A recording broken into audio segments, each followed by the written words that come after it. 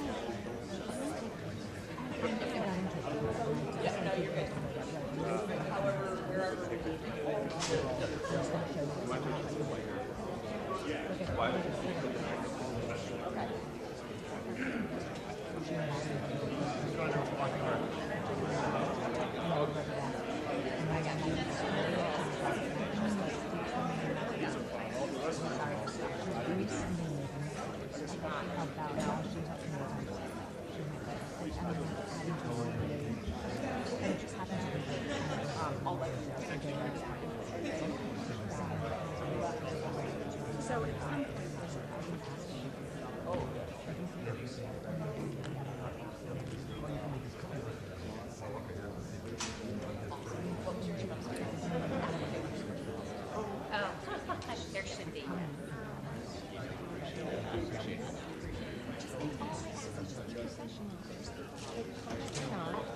Like, tell me if there's something inaccurate.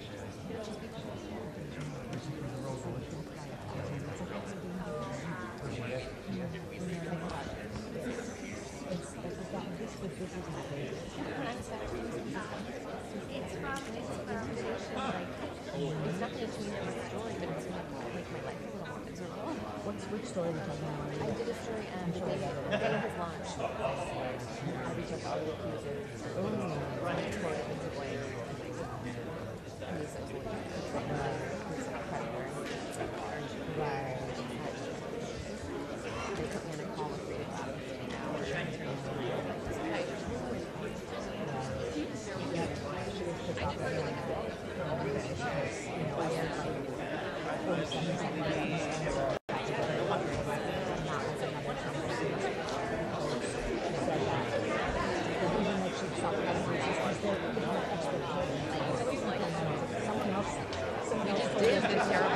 So the person's good thing. And you told you and I'm now I'm biased because I didn't put that on my case. there are 2 charges.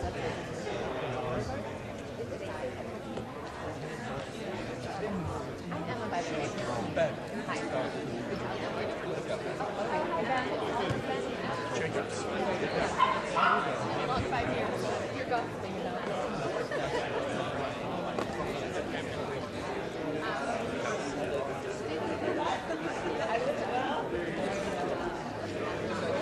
Told me this is how it all is now.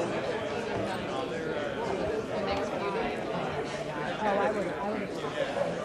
Cuomo becoming Maryland and they told me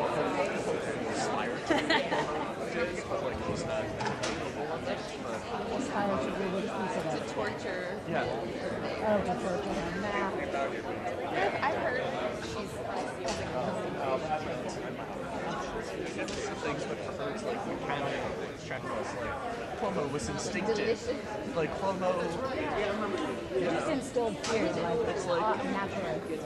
it's like like the main thing that Batman keeps wanting to. I got big obviously.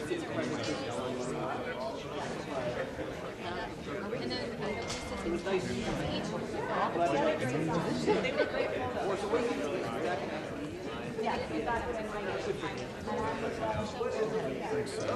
noticed that It's under, you have to look for the strip under the chairs if you're looking for a plug. Like, look no left. Yeah. It's a certain test, and they gotta walk past the once they search.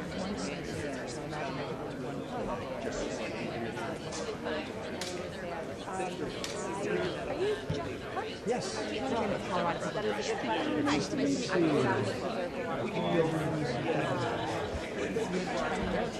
They're DC based. I was wondering. Doing well. Yeah.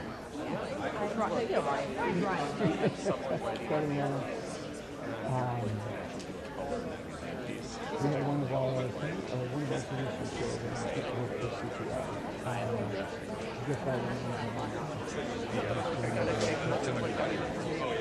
Like his husband recently? I haven't been there in a few months. Okay, I haven't been there since the election. So. Nice. I like the name Jeremy. Yeah, Michael. Good guy. Good.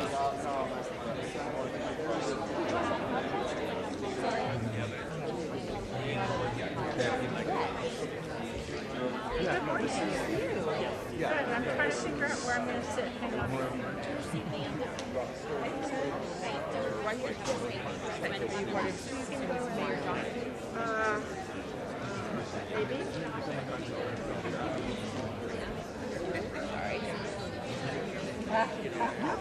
Can they ask him how it is if you're running for election?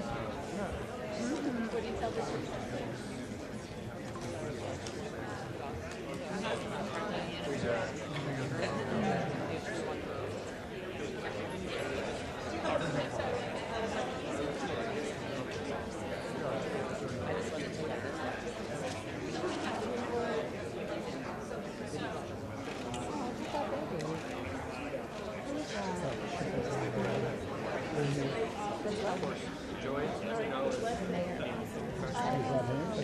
Yeah, it's her newborn daughter, near a month old. First congratulations. Wow. Robin the Fish.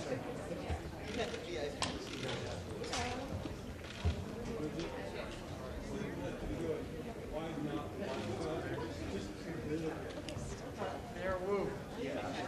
Jerry Conway. My family was on football.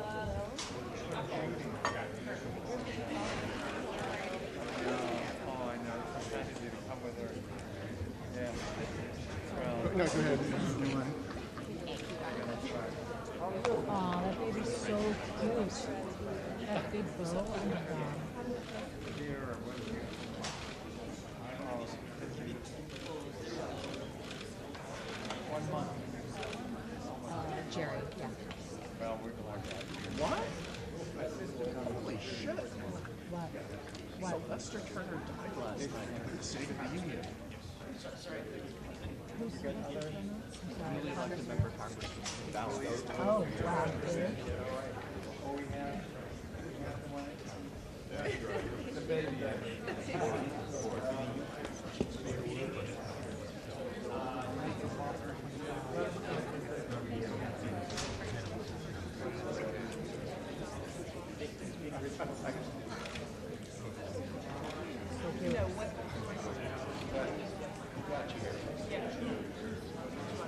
Like he dropped dead after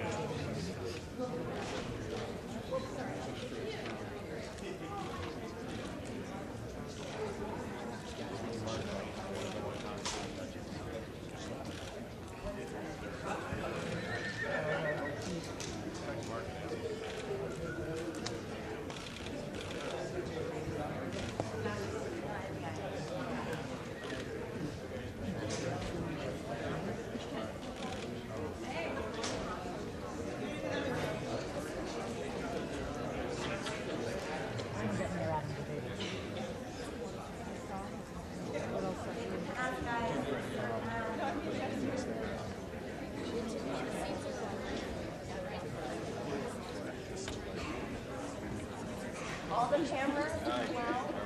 Your attention. The gavel comes down, so everybody gets low. Okay. If you're on the phone, Okay, how are you ladies? Fine, thank you. Big day, right? I guess.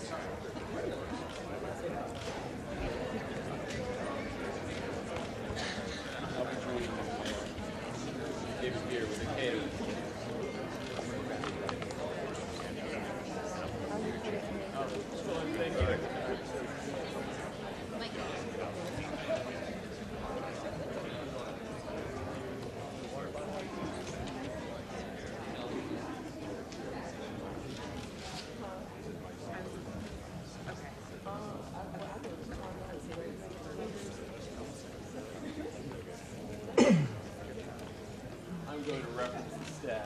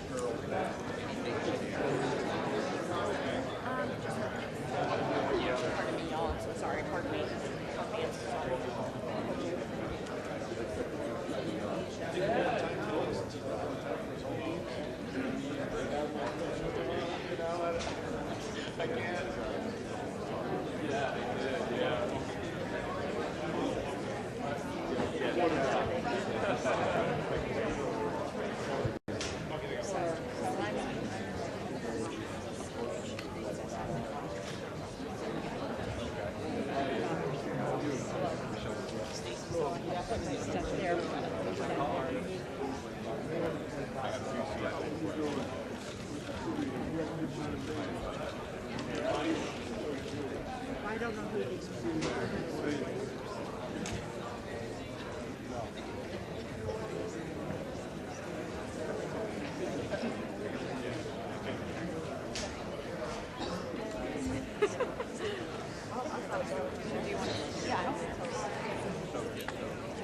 There's another seat. Mel. No, this is the last one.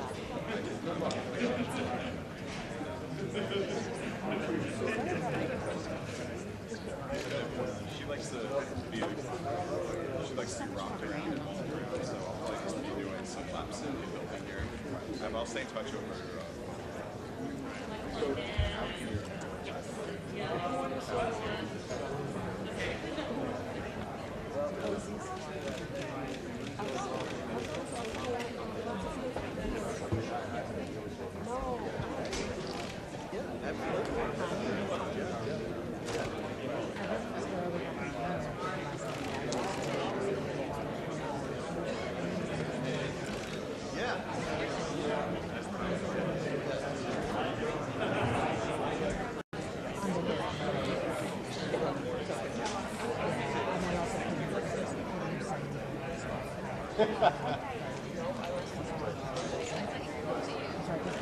I'm sure you can't do it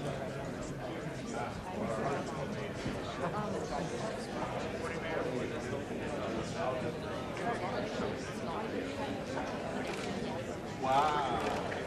And you no, we went there on. You guys.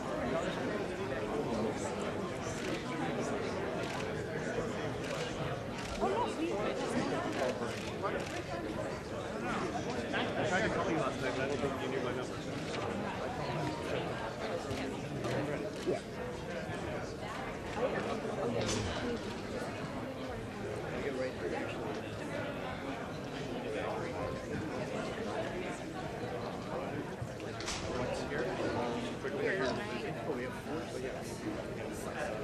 this your stuff? This is my stuff.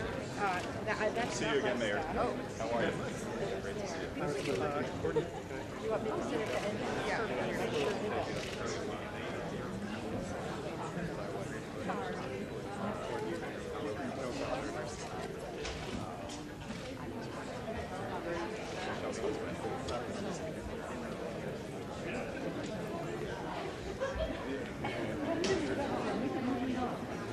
My mom was disappointed.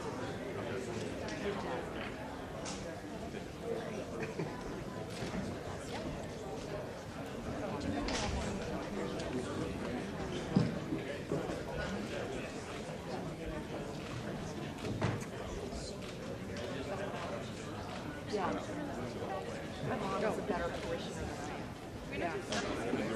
I've been doing enough prep sessions, waiting for you guys. So. Yeah. I have a good sense of timing.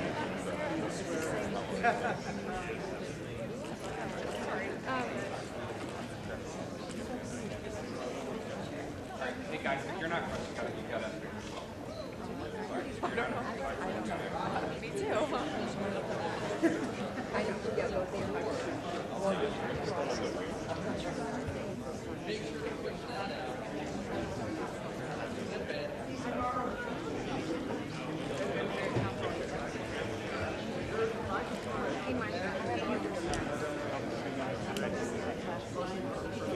I figured you were.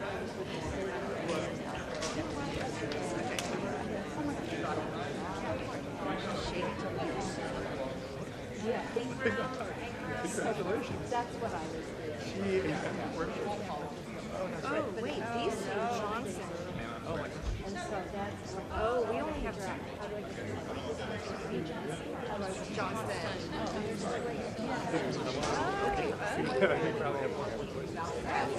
Chicago flip bread. Chicago flip bread.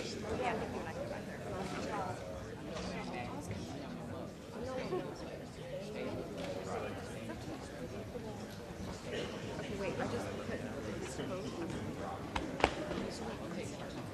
Yeah. Right next to you.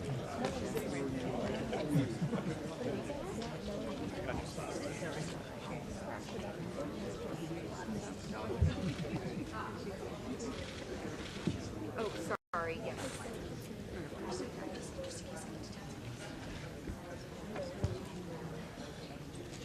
We do need Ross. Oh, right. Oh. Hey, good morning. David here. Great to meet you. David here. Sorry, where are you going? Right here? Oh, yeah, yeah, yeah. We're gonna. We're gonna. You're all in. I'm gonna sit on Melissa's lap. Oh, sure. No problem.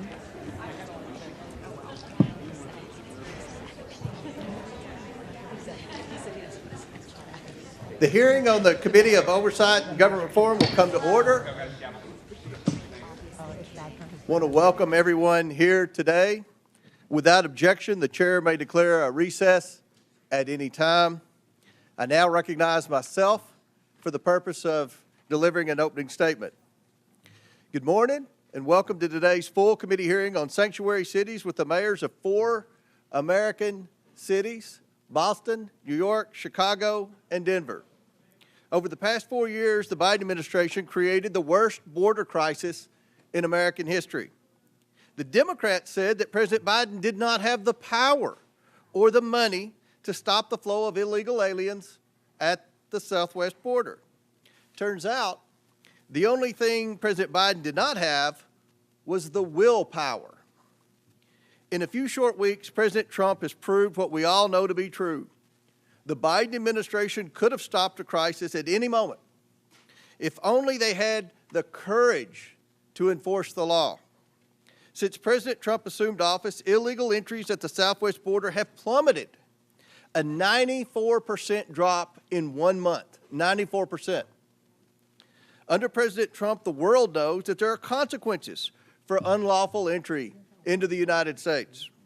The border crisis was not the result of climate change, a lack of resources, or a failure to grant amnesty. It was the result of the last administration's deliberate choice. President Biden enacted policy starting on the day he assumed office to allow millions of unvetted illegal aliens to pour into the United States. Many of these illegal aliens have long rap sheets that include violent crimes. President Trump has an electoral mandate from the American people to deliver on his promises to secure the border and enforce the immigration laws of the United States. And he is delivering on this promise big time. The mayors here today each lead so-called sanctuary cities.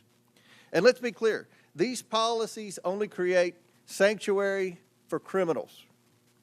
Sanctuary policies violate federal immigration law by protecting criminal aliens at the expense of the American people. Sanctuary cities and states refuse to cooperate with federal immigration enforcement efforts and harbor illegal aliens. They often actively work to stand in the way of President Trump's mission to protect the American people and restore integrity to the American immigration system and the rule of law. Sanctuary cities forbid their officials, including those in law enforcement and public safety roles, from sharing information about illegal aliens in their cities with the federal government or turning over criminals in their custody to ICE. As a result, sanctuary cities release illegal aliens back onto the streets, where they often go on to commit more crimes. In Chicago, for example, an illegal alien who was recently arrested for killing a 63-year-old man had previously been arrested in Chicago for trying to lure a child. ICE lodged a detainer against the criminal alien, but Chicago authorities released him back onto the street because of the city's reckless sanctuary policy. And now an innocent man is dead because of Chicago's refusal to follow the law. These reckless sanctuary policies also force federal immigration officers to go into local communities to apprehend criminal illegal aliens.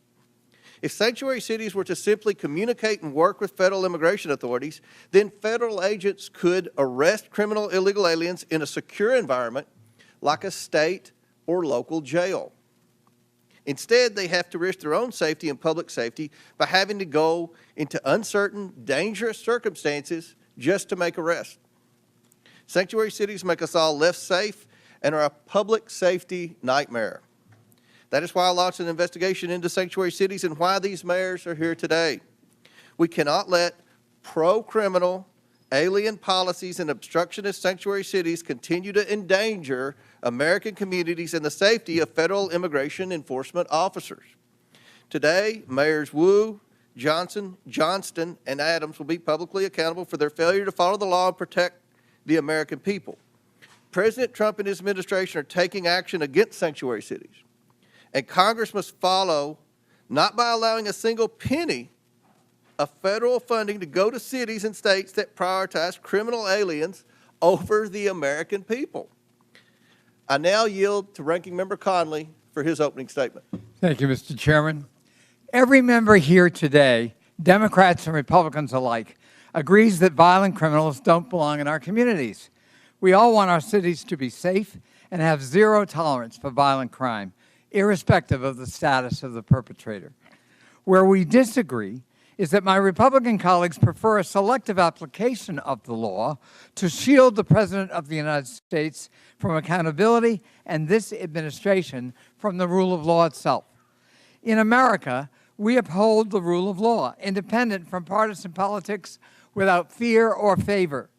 Betraying those convictions, President Trump's Department of Justice has tried to force the conditional dismissal of very serious charges against one of our witnesses here today, in exchange for that witness's total and complete submission to the radical immigration agenda being propounded by the administration. And the DOJ has done so over the objections of a Republican acting U.S. attorney who President Trump appointed. Rather than enabling a flagrant corrupt quid pro quo, 7 federal prosecutors, 7, including Republicans, resigned.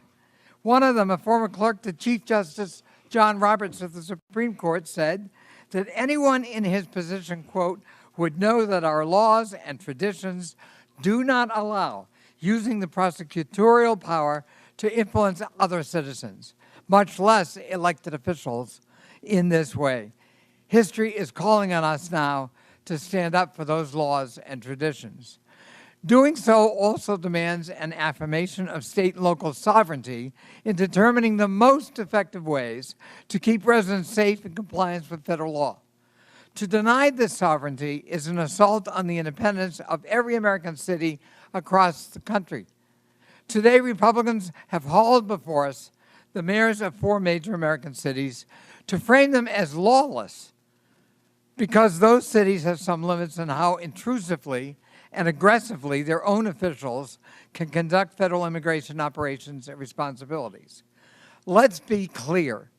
The state and local laws that Republicans have issue with today are in full compliance with federal law.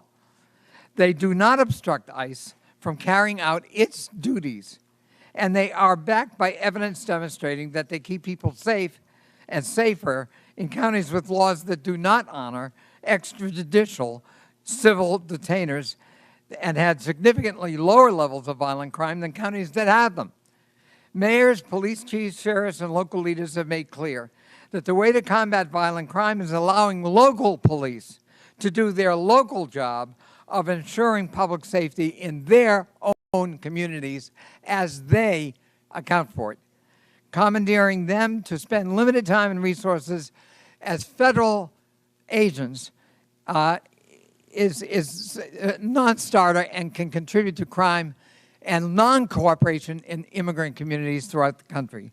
At this year's Conservative Political Action Conference, Border Czar Tom Homan said he is, quote, bringing hell to the city of Boston until it complies with his demands.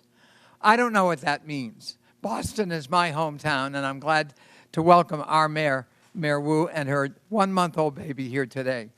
But I don't know that Boston welcomes Mr. Homan or anyone else bringing hell to the city. The Republican crusade against local independence doesn't just undermine public safety in our communities. It is blatantly cruel, and I say inhumane and un-American. Kenya Colindres, her husband Wilson Rogelio Velasquez Cruz, and their 3 children came to the United States in 2022 seeking asylum, a legal category of immigration, after escaping violence in Honduras. Wilson was granted a 5-year work permit, allowing him to work at a tire shop and to provide for his family here in the United States. Kenya said that her husband had never been in trouble and was, quote, a man of God. On January 26, the family of 5 was in church when Wilson was lured out by an ICE agent waiting to arrest him. Despite having valid work permits, the Trump administration refused to hear his appeal and is actively deporting him. Wilson was the sole breadwinner for his family. Now Kenya has to worry about how she's going to pay the bills and take care of her 3 children, on top of the fears that she and her children might be next. Last week in El Monte, California, Sitley, a woman who was battling bone cancer, tearfully watched as her mother, Yolanda, cried inconsolably as she was detained by ICE agents who refused to even present the detention order. Yolanda was Sitley's sole caretaker in her struggle against cancer and has no criminal record. And now Sitley is on her own. ICE is also conducting massive raids in cities and towns that have led to the wrongful detention of U.S. citizens, including Native Americans and military veterans. One school district sent a letter to parents warning that ICE may board school buses and demand documents from children. Children are going to be afraid to go to school. One reportedly wrote a goodbye note to friends saying, quote, if ICE takes me, don't forget about me. If ICE takes me, don't forget about me. From a child. Is that the country we want? America needs immigration policies that keep everyone safe and make the country stronger and allow us to grow and fill in the skill sets we don't have. If President Trump was serious about delivering those solutions, he would not be attacking the Constitution's guarantee of citizenship to children born in the United States. To see our country through this period of darkness, We need leaders who will stand up for the rule of law and will champion public safety at the local level. And American families, whether they're immigrant families or native-born families, deserve due process, deserve respect, and deserve that Statue of Liberty that welcomes all comers. I yield back. Ranking member yields back. I request unanimous consent that Representatives LaHood of Illinois, LaLota of New York, Crank of Colorado, Malatakis of New York, Hurd of Colorado, Evans of Colorado, Van Dyne of Texas, Ocasio-Cortez of New York, Gillen of New York, and Davis of Illinois be waived onto today's hearing for the purpose of asking questions. Without objection, so ordered. And now, before we introduce the witnesses, I recognize Mr. Higgins from Louisiana for 20 seconds. Thank you, Mr. Chairman, and I thank the ranking member as well. Just to briefly, respectfully recognize the presence of the family of Wesley Haynes, a constituent.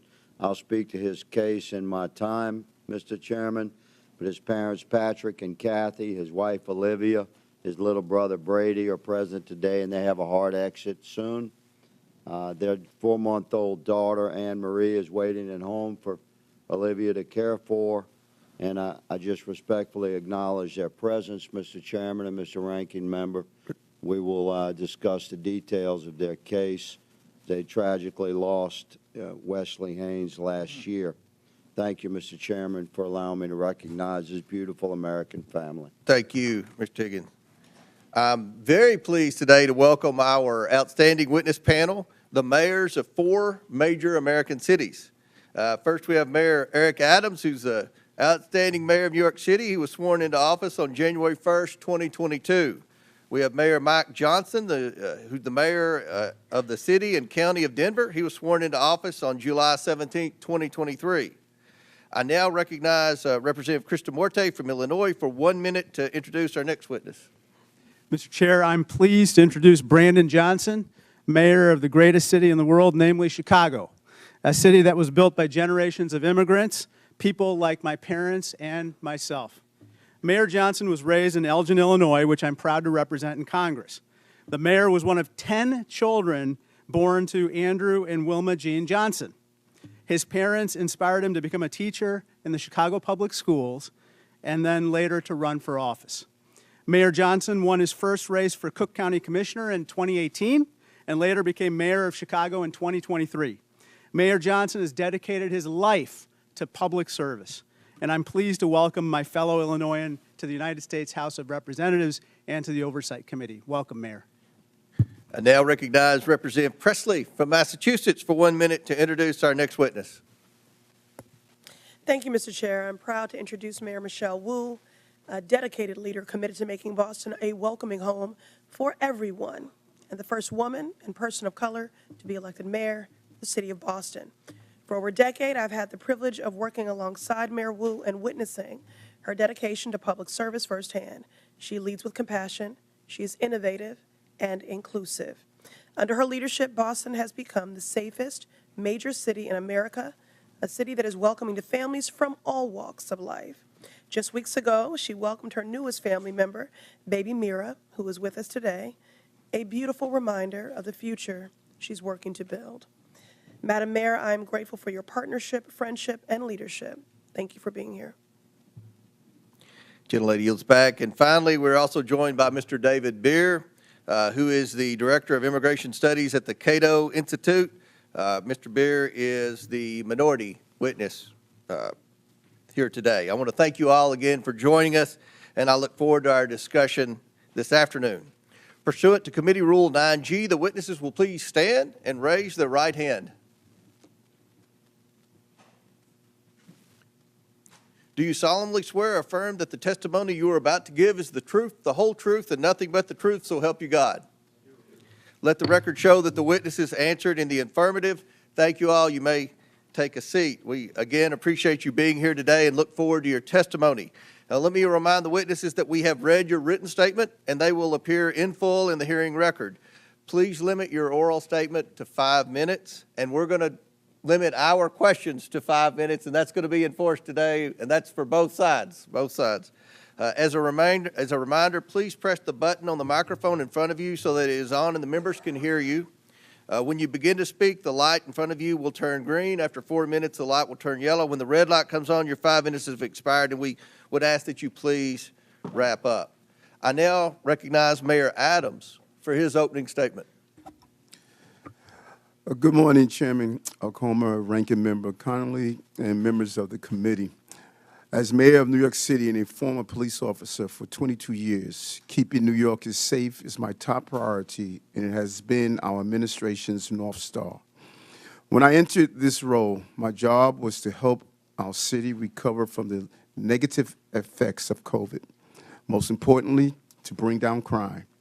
As a result, overall crime was down across New York City last year, and we have now had 3 straight months of double-digit declines in major crimes.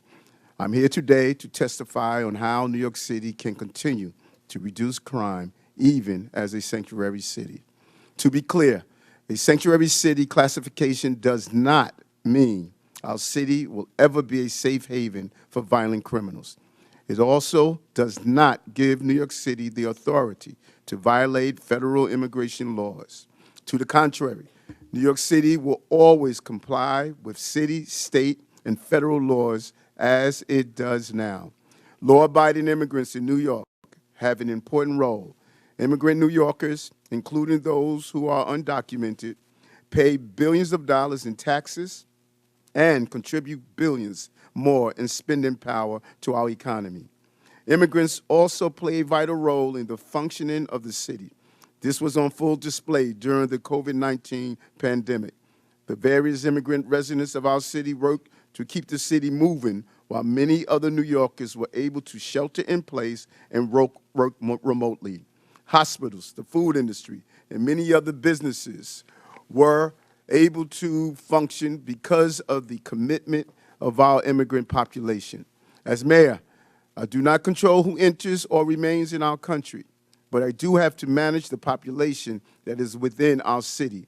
In order to carry out this function without having long-term negative ramification, I must create an atmosphere that allows every law-abiding resident, documented or not, to access vital services without fear of being turned over to federal authorities.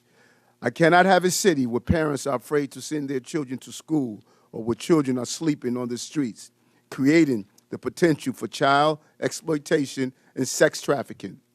If an undocumented person refuses to seek medical care until they have a medical emergency, our city's healthcare system will be strained. And if an undocumented individual witnesses a crime but is afraid to call 911 for fear of being turned over to federal authorities, criminals will roam free. And it reminds me of my early days as a police officer. I have seen firsthand the damage that can be done when someone is too afraid to seek out the police. Early in my career, I responded to a man who was calling out for help. We caught the suspect, but when it came to filling out the police report, the individual, an undocumented man from China, said he did not want to file a report and put a target on his back with federal immigration authorities. Approximately 4 decades later, our country still is in desperate need of comprehensive immigration reform. And as a result, New York City was hit with the largest humanitarian crisis in our city's history over the last 3 years. Federal law did not allow me to stop buses from entering New York City. State law required me to provide all in our city with housing and meals and to educate children. City law makes it unlawful to collaborate with ICE for civil enforcement.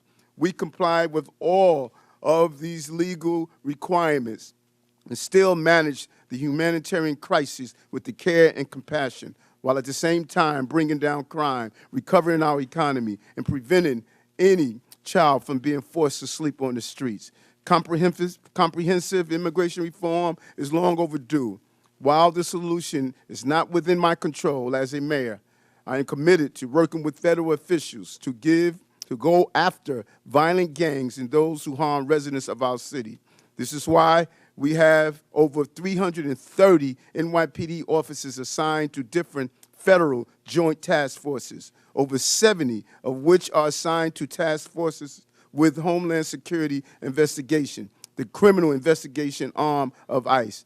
Those task forces focus on many different important priorities, including going after violent gangs and child exploitation. I look forward to sharing New York City collaborations that we do daily with our city, state, and federal partners to keep New York City to continue to be the safest big city in America. Thank you. Thank you. I now recognize Denver Mayor Johnston for his opening statement. Good morning, Mr. Chairman, and thank you for inviting me to testify today. This committee convened this hearing on the critical topic of immigration. I want to tell you Denver's story. When I became mayor 20 months ago, Denver was already receiving buses of immigrants with little to no notice or coordination. At one point, we were receiving 10 to 11 buses a day, dropping off as many as 300 people, mostly women and children, in 10-degree weather with only sandals and a T-shirt, leaving them in danger of freezing to death on our streets. All told, 42,000 people arrived in Denver over 18 months, the largest per capita influx of any city in America. We are each entitled to our own opinion about what should happen at the border, but that was not the question facing Denver. The question Denver faced was, what will you do with a mom and 2 kids dropped on the streets of our city with no warm clothes, no food, and no place to stay? As mayor, I have to protect the health and safety of everyone in our city. As a man of faith, I have a moral obligation to care for those in need. As Scripture says, for I was hungry, and you gave me something to eat. I was thirsty, you gave me something to drink. I was a stranger, and you invited me in. So that's what we did. In Denver, we believe our problems are solvable, and we are the ones to solve them. So we went to work. When we started, we had the largest encampment in Denver history, with more than 200 migrant families living in freezing temperatures. So we opened 8 different city shelters housing 5,000 people. City employees volunteered to take extra shifts, and Denver residents stepped up, making meals, donating clothes, furniture, school supplies. Some even welcomed families into their own homes. We helped 8,700 eligible individuals apply for work authorization so they could put food on their own table, pay their own rent, and reduce the strain on public resources. As a result, a year later, there is not a single migrant encampment left in the city. We have closed all of our shelters. We have connected people to jobs and housing, and the city's immigrant support budget has dropped by nearly 90%. And in the midst of this, migrants did not bring a wave of crime to Denver. In fact, crime went down. Homicides dropped 17%, shooting victims dropped 24%, auto theft down 29%. America is not just a place, it's a belief. Some people are born into it. Some fight their whole life to get to it. It's a belief that all are created equal. It's a belief that it doesn't matter where you came from if you're willing to fight hard enough. Julian Becerra's parents believed that.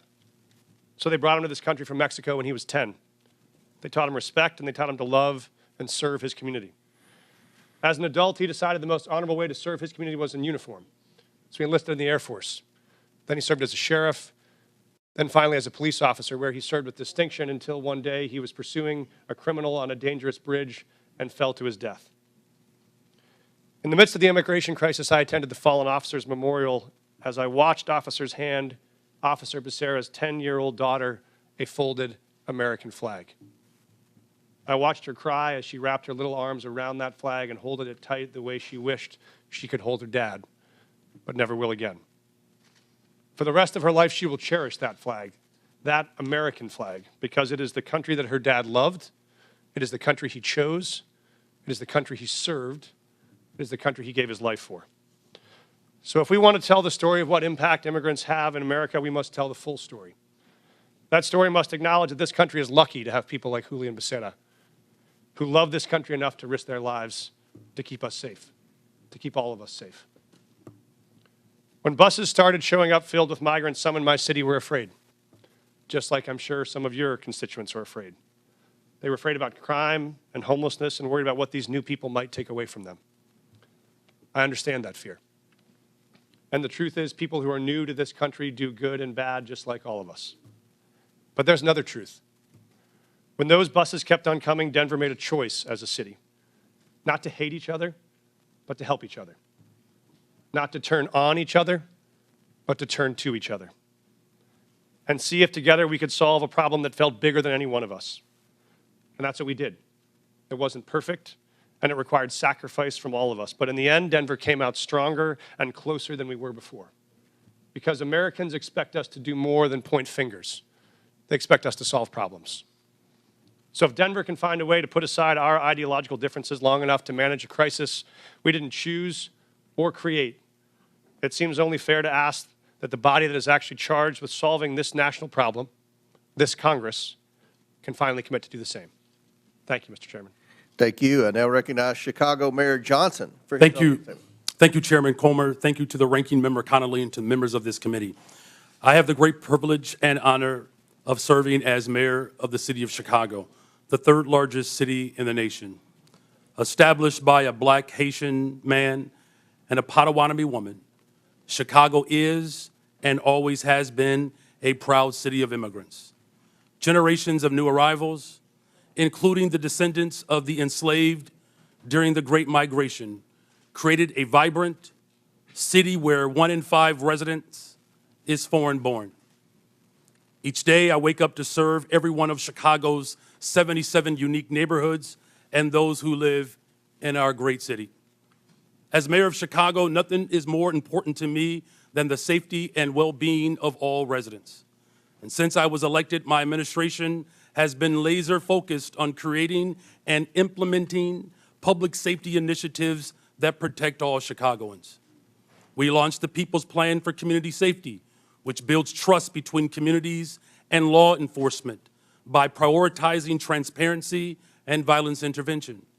We established a dedicated robbery task force that reduced robberies by 25% citywide. We added over 200 detectives, increasing the clearance rates on our cases. And we've updated police equipment and technology so that our police officers have the tools they need to effectively prevent and fight crime. Our efforts to improve public safety by building trust with and investing in our communities are working. Violent crime is down in Chicago. The city ended 2024 with its lowest homicide rate in 5 years. The city is also safer because of our Welcoming City Ordinance. That law makes sure that the city's police resources are focused on our local priorities. In fact, the 40 years of Chicago's leaders have recognized that our policies toward civil immigration matters help to prevent and solve crimes. Put simply, any actions that amplify fears of deportations make Chicago more dangerous. Those fears cause witnesses and victims to avoid cooperating with police. The cooperation of all people, regardless of their immigration status, is essential to achieving the city's goals of reducing crime and pursuing justice for victims. When there is trust between city's residents and the police, undocumented immigrants come forward to report crimes to local law enforcement and provide information that helps the police solve those crimes. And now, I know there are myths about these laws, but we must not let mischaracterizations and fear-mongering obscure the reality that Chicago's crime rates are trending down. We still have a long way to go, but sensationalizing tragedy in the name of political expediency is not governing, it's grandstanding. Every violent crime is devastating, but scapegoating entire communities is not only misleading, it is unjust and it is beneath us. So let me be clear. Chicago's Welcoming City Ordinance and our other laws and policies do not lead to more crime. They do not prevent cooperation with federal law enforcement on criminal matters. And we do not harbor criminals. We arrest them, often because of laws that allow residents to feel safe helping the police.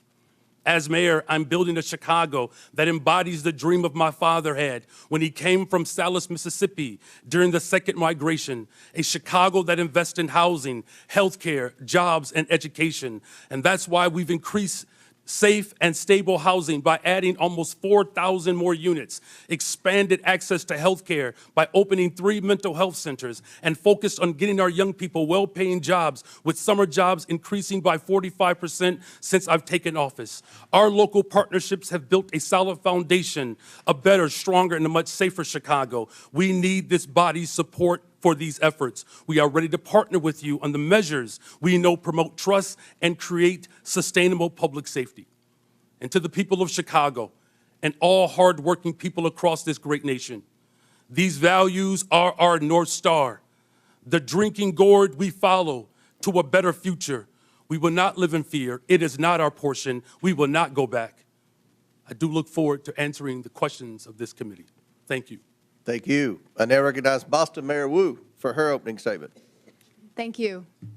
Chairman Comer, Ranking Member Connolly, and members of the committee, my name is Michelle Wu. I am the daughter of immigrants, and since November of 2021, I have had the honor of serving as mayor of Boston. I'm proud to be here on behalf of our city, the police officers, first responders, city workers, the faith leaders, teachers, parents, and neighbors who partner every day to make Boston the safest major city in the nation. And I'm proud every day to work alongside the greatest police commissioner in the nation, Commissioner Michael Cox. Every year since I took office, we've set a new record low for gun violence in Boston. Last year, Boston saw the fewest homicides on record in the last 70 years. Those are the facts. And behind these record lows are historic highs. The most ever young people working paid summer jobs, the most pre-K seats at no cost to families, the most affordable housing built in a generation. We have invested in the kinds of opportunities that cultivate prosperity and eradicate crime. And the laws on our books promote the kind of community trust that keeps all of us safe. In Boston, our police department resources and taxpayer dollars go towards preventing and solving crimes. And when it comes to criminal matters, the Boston Police partner every day with state and federal law enforcement. But Massachusetts state law and the Boston Trust Act make clear that immigration is federal law enforcement's responsibility. We are the safest major city in the country because our gun laws are the strongest in the nation, because our officers have built relationships over decades, and because all of our residents can trust that when they call 911 in the event of an emergency or to report a crime, help will come. This federal administration's approach is undermining that trust. In the past month, I've met with residents and faith leaders in community centers and places of worship, asking my constituents what they want Congress to know. And what I heard over and over again was fear and frustration. I spoke with pastors whose pews are half empty on Sundays, doctors whose patients are missing appointments, teachers whose students aren't coming to class, neighbors afraid to report crimes in their communities, and victims of violence who won't call the police.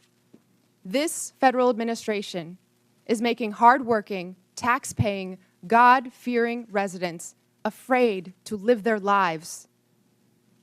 A city that's scared is not a city that's safe. A land ruled by fear is not the land of the free. Next month, Boston will celebrate 250 years of our nation's freedom. And in every one of those years, Boston has welcomed the world to our shores. From the English immigrants fleeing religious persecution, to the Irish forced out by famine, to the families from Haiti, the Dominican Republic, Cabo Verde, Vietnam, and so many more who call Boston home today. We are the safest major city in the nation. We are home to the greatest healthcare, the greatest colleges and universities, the most advanced innovators, and the 2024 world champion Boston Celtics. We are the cradle of democracy and the city of champions. We are all of these things not in spite of our immigrants, but because of them. 1 in 7 signers of the Declaration of Independence were immigrants. On the last 4 Red Sox rosters to win a World Series, 1 in 5 were immigrants. Of all the faculty at Boston University to have earned a Nobel Prize, all but 1 were immigrants. Today, 1 in 4 Boston residents were born somewhere else. Most have jobs, many have kids. All of them chose this country as their home because, like my mom and dad, they believe that here, where you've been doesn't limit where you're going. The strength of your character has nothing to do with the color of your passport. And how hard you work matters more than where you were born. That wherever you're from, if you pitch in, look out for your neighbors, and cheer for the home team, you can build a better future here for the people you love. So to every one of my neighbors back in Boston, know this: you belong here. This is your home. Boston es tu hogar. Boston, 这里卡有，这是你的家. This is our city. We are the safest major city in the nation because we are safe for everyone. Thank you. Thank you. I now recognize Mr. Beer for his opening statement. Chairman Comer, Ranking Member Connolly, and distinguished members of the committee, thank you for the opportunity to testify. The Cato Institute's half-century of independent research demonstrates that people of all races, religions, and birthplaces can thrive in a free society. Liberty must be protected, both from over-intrusive government and from private violence. Unfortunately, the President's chaotic, indiscriminate deportation plan does the opposite. It harms public safety, threatens Americans' rights, and undermines the successful integration of America's immigrants into its society and economy. The President's first action was to rescind the requirement that ICE target public safety threats first. He has ordered that millions of vetted immigrants be stripped of lawful status and deported. He is even attempting to deport the U.S.-born children of people without permanent status. This flagrantly unconstitutional act effectively orders a series of crimes, wrongful arrest and imprisonment, civil rights violations, and unlawful deprivation of voting rights. Never before in American history has a president sought the power to strip potentially tens of millions of Americans of their constitutional rights. The president is also explicitly asserting the authority to ignore any law passed by you, Congress, that provides due process for people accused of being in the country illegally.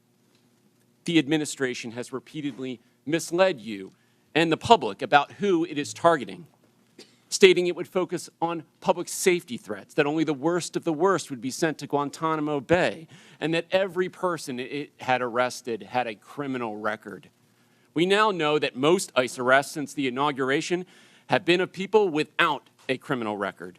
Indeed, he is arresting people who entered legally, never violated any law, and sending them to Guantanamo Bay prison.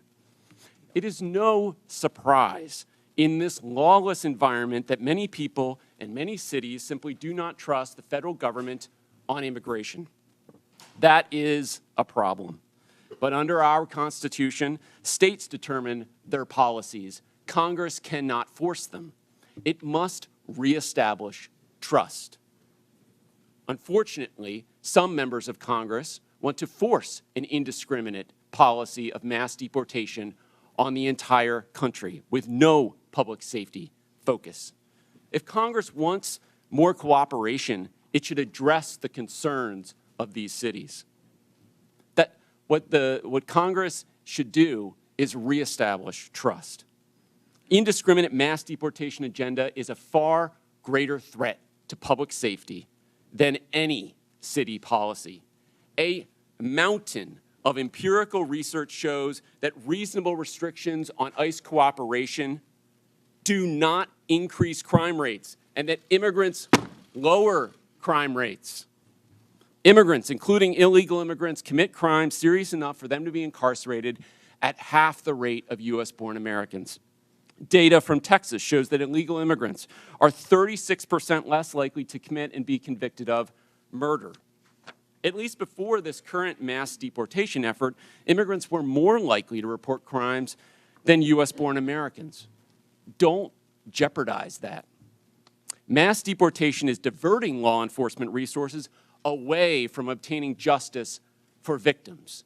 Indeed, it even targets the victims. Sabotaging local economies and obliterating communities will not restore public safety. It will make us poor while increasing the crime rate and victimization rate for Americans. There is a better approach. We don't need chaos and disorder of illegal immigration or of mass deportation. Why don't people come legally? Because Congress has provided so few options for them to do so, not updating its laws in the last 3.5 decades. Just 3% of those applying for permanent legal status in 2024 received it. That's the failed policy. Let peaceful immigrants pay to get vetted, work, and contribute legally, and let law enforcement at all levels focus on keeping Americans safe. Thank you. All right, our witnesses have concluded their opening statements. We're going to begin with questions from members, and I want to remind the members we have 60 members today that are going to ask questions. So I'm going to strictly enforce the 5 minutes.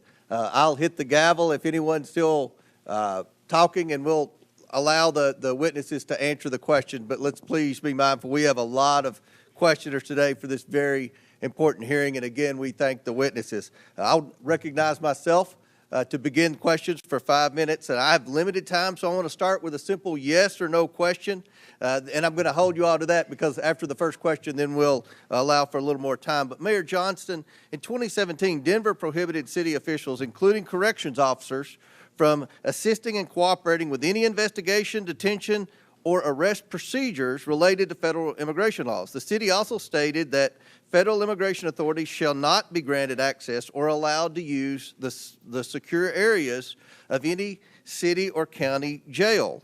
Mayor Johnston, is Denver a sanctuary city? A lot of folks use that term. Yes or no? Sorry, Mr. Chairman. Folks use that term differently. I can tell you what Denver does. We do not. Okay, I take that as a yes. Mayor Johnson, no, yes or no? I take that as a yes.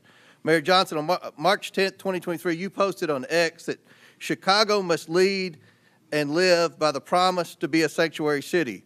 Is Chicago a sanctuary city? A 40-year policy of being a welcoming city. Yes. A 40-year policy of a welcoming city. Mayor Wu, in November 2024, you gave an interview noting that you served on the city council a decade ago when the Boston Trust Act was first passed. You said in that interview that in terms of Boston's policy, there is a prohibition on resources and personnel going to enforce civil immigration detainers, meaning Boston police and other departments cannot cooperate with ICE when it comes to detaining on civil warrants. Mayor, is Boston a sanctuary city? Boston is a safe city. I take that as a yes. And Mayor Adams, on November 12, 2024, you said, quote, this is a sanctuary city, but I must comment that you have, of the witnesses today of the major cities, you have publicly stated that you were willing to work with ICE on detaining the most criminal illegals, and I want to publicly thank you for that. But my question to you, sir, is New York City a sanctuary city? Based on our classification, yes. Okay. Last year, in a Boston suburb, an illegal alien raped and impregnated his 14-year-old daughter while living in a shelter for illegal aliens. Mayor Wu, under Boston law, would you turn this criminal over to ICE on a detainer? Whenever there's a criminal warrant, Boston police enforce that and hold people accountable. So would you turn that criminal over to ICE? This happened outside the city of Boston, but I can tell you in the city, whenever someone commits a crime, whenever there's a criminal warrant, we hold them accountable. If ICE deems that they are dangerous enough to obtain a criminal warrant, and the Boston police will enforce it. Will you turn that criminal over to ICE? We follow the laws, and we make sure that everyone... In Chicago, an illegal alien who is a suspected member of a violent foreign gang who was brought into custody for his potential involvement in a murder. He was released when Cook County declined to press charges. This illegal alien is also facing charges for kidnapping and sexually assaulting his former girlfriend last year. Now he's on the streets. Mayor Johnston, under Chicago law, would you turn this criminal over to ICE on a detainer? Our local law enforcement works hard every day to get criminals off the streets of Chicago. Would you turn that criminal over to ICE? That's the problem. That's one of the topics of this conversation. That's one of the problems we've heard from Tom Hammond and from the Homeland Security, is that in your cities, when someone's apprehended for a crime, and ICE is now, with this new federal policy, wanting to come in and deport the criminal alien, that you will not cooperate with ICE. Will you turn that criminal over to ICE? And we do not harbor criminals. Our local police department works hard every single day to ensure that the city of Chicago is Yes safe. or no? Will you turn the criminal over to ICE? With a criminal warrant from the federal government, our local law enforcement repeatedly collaborates with federal agents. So you're saying publicly today, you will turn that alien over to ICE in a safe place like a jail, and not turn him out on the street and say, here you go, ICE, good luck. You will turn that criminal over to ICE.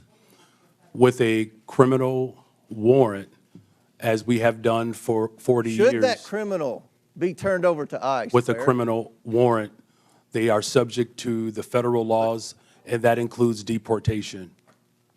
My time has expired, but again, the point that we've got to iron out today is that we have to have cooperation. It is federal law to turn over those illegal criminals to ICE. And we have heard reports, and many of you have said publicly, that you are going to obstruct that.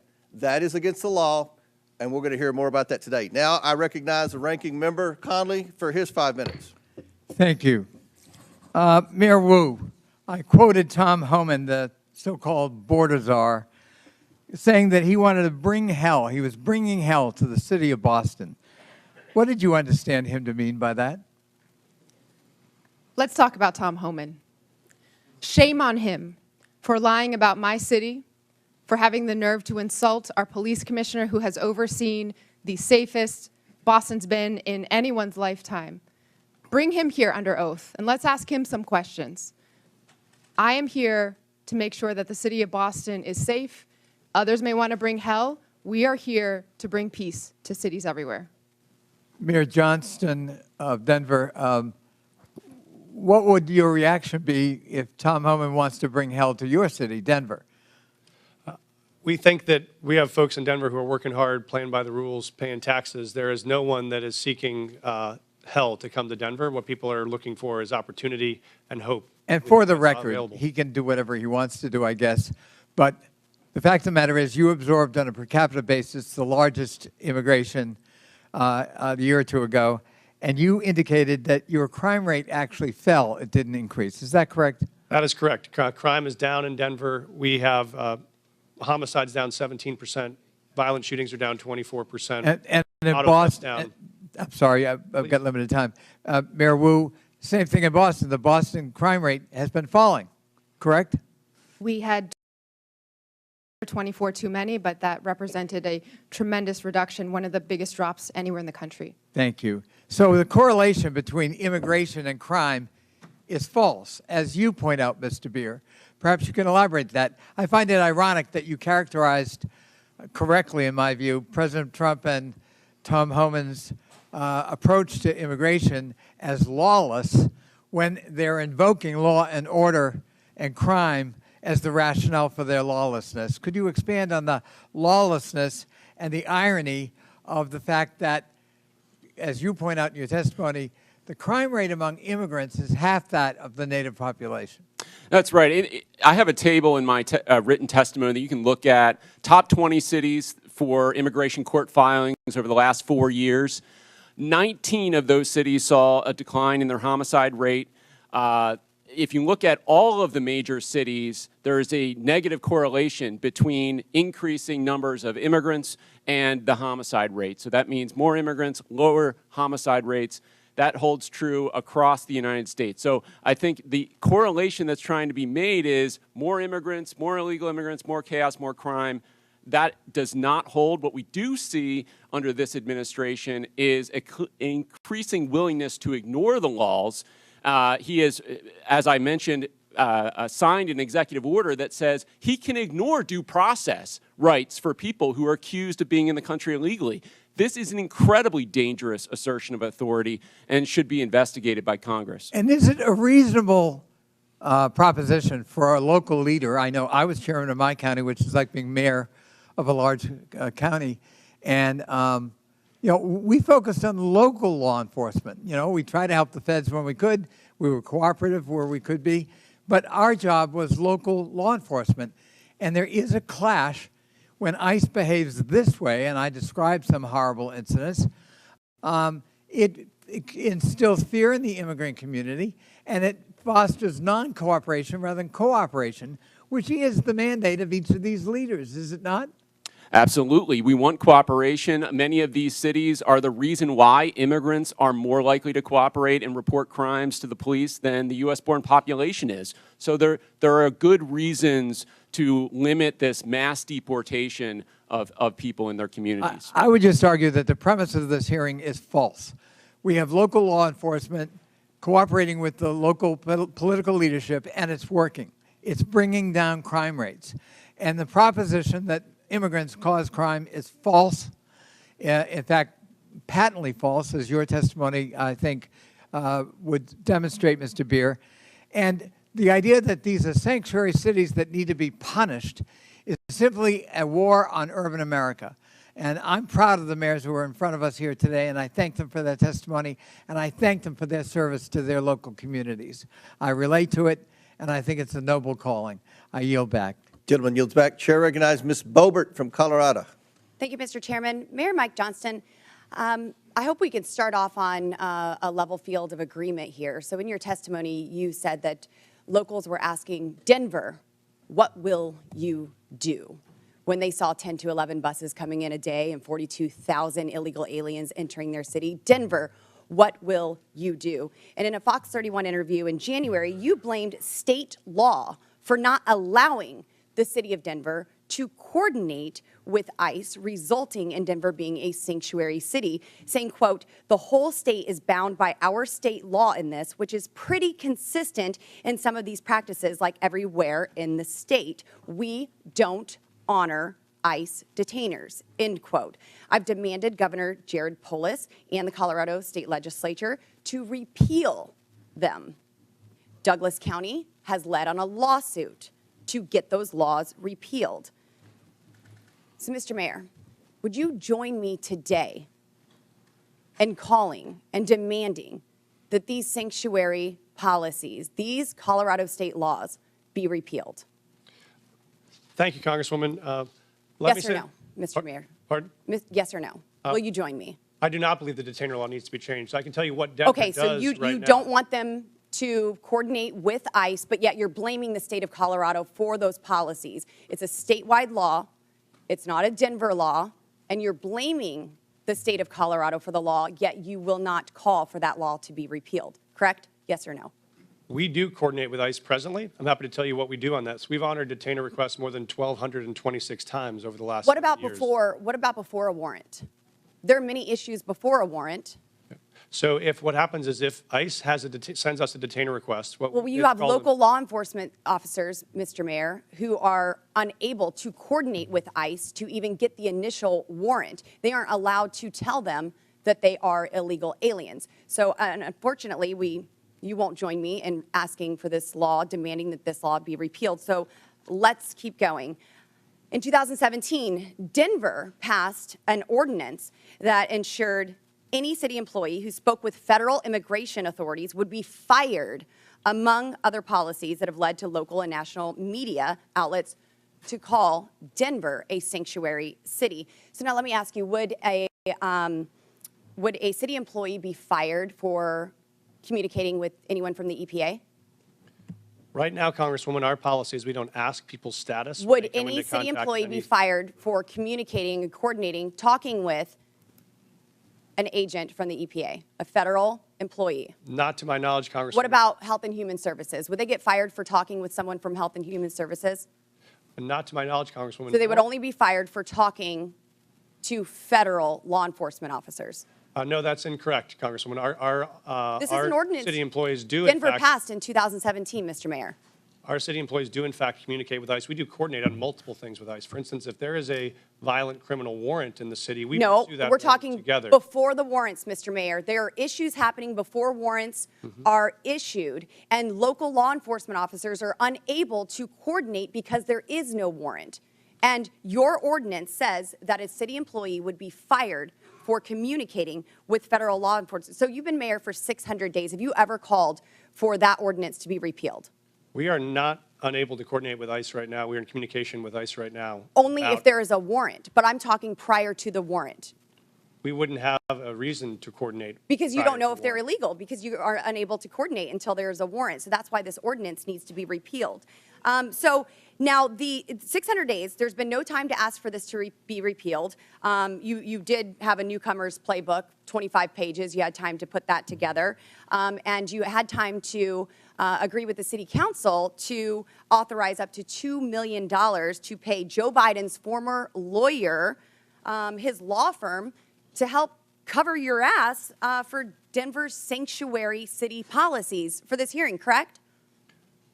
Thank you, Congresswoman. We have counsel. Did you authorize that spending?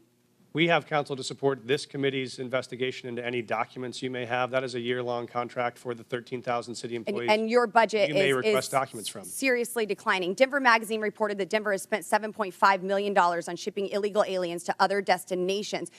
Mayor Adams, did Mayor Johnston ever coordinate with you and tell you that he was shipping illegal aliens to your city? We coordinated in communication around the entire asylum seeker issue in our cities.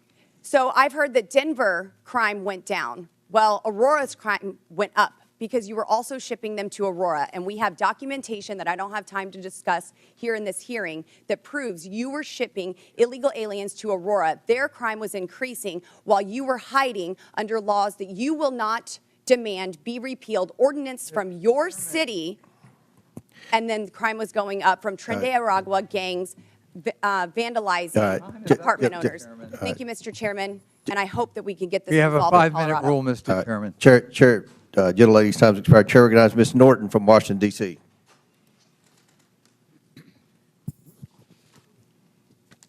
There have been a lot of talk today about these cities and their, in my view, principal decision not to respond to extrajudicial ICE detainers. But I would like to back up and talk about these detainers, what these detainers really are.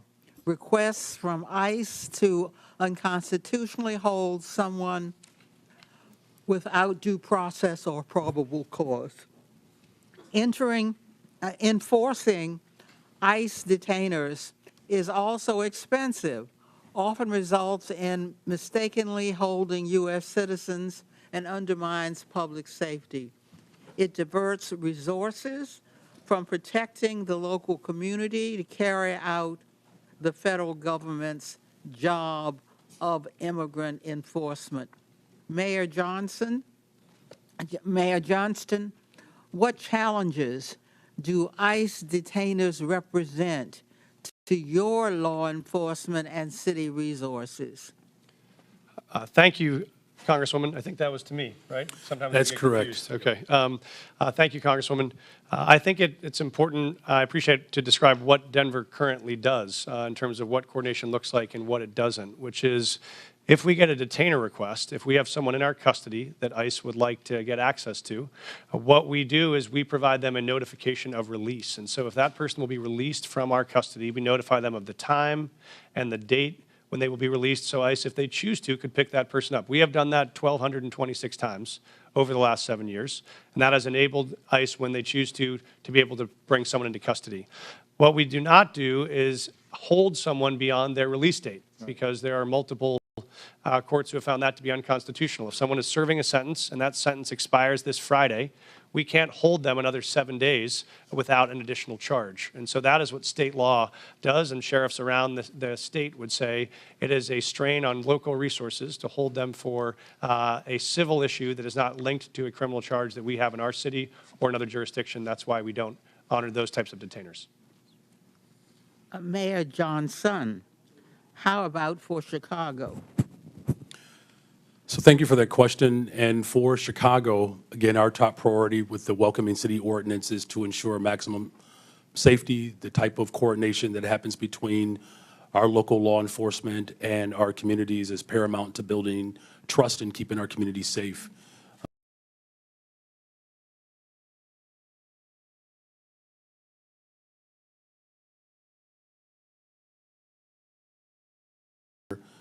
We do not permit our local law enforcement from engaging in any federal matters.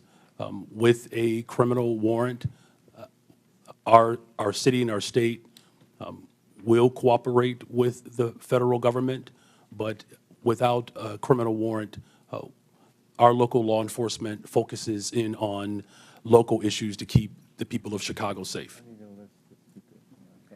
Mayor Wu, how would fulfilling ICE detainers detract from public safety in your city? Thank you, Congresswoman, for hosting us, first of all, in your district. We hear every day from Boston residents, a city that is 28% people who were born in another country, that the trust and feeling that they know they can call 911 when they need help, or if they have information to solve a crime and police need that help, that they feel comfortable in doing so. And so our policy in Boston is that regardless of your background or immigration status, you have access to our libraries. We want you to take your kids to school. We want you to be part of our community. And also, regardless of immigration status, if you commit a crime, if you do harm in the community, you will be held accountable. It is critical to the safety of Americans that cities have the ability to decide what is in the best interest of their people. Mayors and local enforcement know their cities best. I would yield any time remaining to the ranking member. I just want to underscore what the gentlelady has said. Local government knows best how local enforcement, law enforcement works. And cooperating with ICE is part of that. But they can't be a substitute for ICE doing its own job, which is a federal responsibility. Thank you for yielding. Before I recognize Mr. Jordan, I believe Ms. Boebert has a unanimous consent. Yes, Mr. Chairman, I'd like to ask unanimous consent to submit to the record multiple local news articles referencing Denver's sanctuary policies, including the Newcomers Playbook written by Mayor Adams and the budget, which shows millions and millions of dollars of the Denver city budget cut. Without objection, so ordered. Chair now recognizes Mr. Jordan from Ohio. Thank you, Mr. Chairman. Mayor Johnston, who's Abraham Gonzalez? Thank you, Congressman. He is a individual that was released from the county jail on Friday in the city and county of Denver. That's all you know about him? I do know that he was facing charges that the Venezuelan gang member arrested by Border Patrol on September 20th, 2023, released into the country by the Biden administration. A few months later, he's arrested in your city, charged with aggravated assault. On March 11th, 2024, he's charged with motor vehicle theft, stole a car, and then on March 20th, 2024, Mr. Gonzalez is charged with felony menacing. 6 days after that last charge, ICE sends you a detainer, which includes an administrative warrant. Basically, it says if you're going to release this bad guy, this gang member who allegedly stole a car, menaced people, and assaulted people, give us a 48-hour heads up. Is that right? That refresh your memory? I do know about the detainer request. I do know that we provided a notification of release. What kind of notice did you give ICE when you released him? We gave him notification. I'm not sure how long in advance it 1 was. hour. I do know that. 1 hour. I do know that there were 1 hour notice, and you released him 5 days ago, right? Why not give him more heads up? Actually, let's put the slide up. Let's see what it says here. Let's put the slide up. This is what The Denver Sheriff's Department, it's kind of hard to see, so I'll read it. It says, Denver Sheriff Department, ICE notification being released to the streets. I simply said, just release him to us. You release him to the streets. Why not release him to ICE? Thank you. What we've done, and we do this regularly, we've done 1,226 of these, is we notify I'm ICE. asking about one. I'm not asking about the 1,200. I'm asking about Mr. Abraham Gonzalez, who's a gang member from Venezuela, stole a car, assaulted someone. You had him in your custody for how long? I know that we released him. 345 days you had him in custody. And I said, hey, can you give us 48 hours heads up? I don't know. You gave him 1 hour notice. Mr. Congressman, we notified them of release. There were 6 ICE agents present when he was released, so they had enough time to respond and to be present. Respond where? To the jail where we released him from. So we released him we notified them of the release time. When we notify them of release, they come to the jail facility to pick them up. They're Why still didn't you on. say that's not what you said. You said you release him to the streets. Did you release him to the streets? You release him to ICE? What we do, sir, is we release him from our county jail, and we coordinate with ICE on that release time and release date so that ICE can come and pick them up from that location. Pick them up where? In the parking lot? Yes, sir. They're on the facility Guess property. what happened in the parking lot? I know, sir. I've reviewed the video. So I looked at it. I've talked to the sheriff last night. One of the ICE officers got assaulted, didn't he? I've reviewed the video, They had sir. to tase the guy, didn't they? Would you like me to answer, sir? No, I'd like you to answer. Did they tase him? I know that there were 6 officers that had multiple tasers. I saw the So they detention had on 6 video. officers. If you keep him in the facility and they come in the facility and get him, does it take 6 officers? Probably takes 2, doesn't it? So we've been doing these, as I mentioned, 1,224 times, 1,226 times. This is the first time I've been made aware of there's been an incident like this. So I reached out to ICE after I saw the video. I've coordinated with their team and offered to sit down and see if there are procedures we can change It's a simple to make sure this question. works smoothly. It's a simple question. You can release him in the parking lot, give ICE 1 hour notice, and they got to send 6 officers to arrest this guy. Or you can say, hey, here's what we're going to do. We're going to hold him. You come in and bring 2 officers in, and you turn him over there. Why not do it that way? We have a city ordinance. You know why you don't do it that way? We have a city ordinance that governs. Because you're a sanctuary city. This is the whole point. No, sir, I disagree with you. Oh, okay. Because I'll tell you why. If you talk about sanctuary as a definition of shielding people from law enforcement, we do not do that. What we do is provide services. In this context, what we did is we coordinated the release. An officer got assaulted because of your policy, which says we're going to release him to, in your words, not mine, to the streets.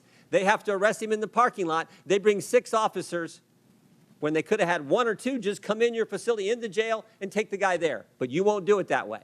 I've seen the video. I've reached out to ICE. I've offered to sit down and coordinate on strategies. If we need to make adjustments to what we do on releases, we'll do that. This is the first time in the 1,226 releases I've heard of an I incident, read your so we'll written take testimony action. last night. I read your written testimony last night. 4.5 pages. And you used the words safe, safer, or safety 13 times. Talking about my job is to protect the safety of the people in Denver. We prioritizing making sure everyone in our community is safe. That's a lie. Because it was not safer for the ICE agents who are part of your community. No way was it safer. The safest thing to do is to say, ICE, we got him in custody. Come here, we're releasing. We held him 345 days. We can't hold him a second longer. We can't wait for you to come inside the building. We got to let him go, so you have to arrest him in the parking lot. That is how stupid sanctuary policies are and what they mean to the community that you put at risk and to the ICE officers ICE officer who was assaulted. And they had to use a taser on it's not good. Mr. Chairman, Mr. Chairman, 5 minutes is up. Consent request. Gentlemen's time's expired. Chair recognizes Mr. Lynch from Massachusetts. Thank you, Mr. Chairman and Ranking Member Connolly. I want to thank the panelists for your willingness to come before the committee and help us with our work.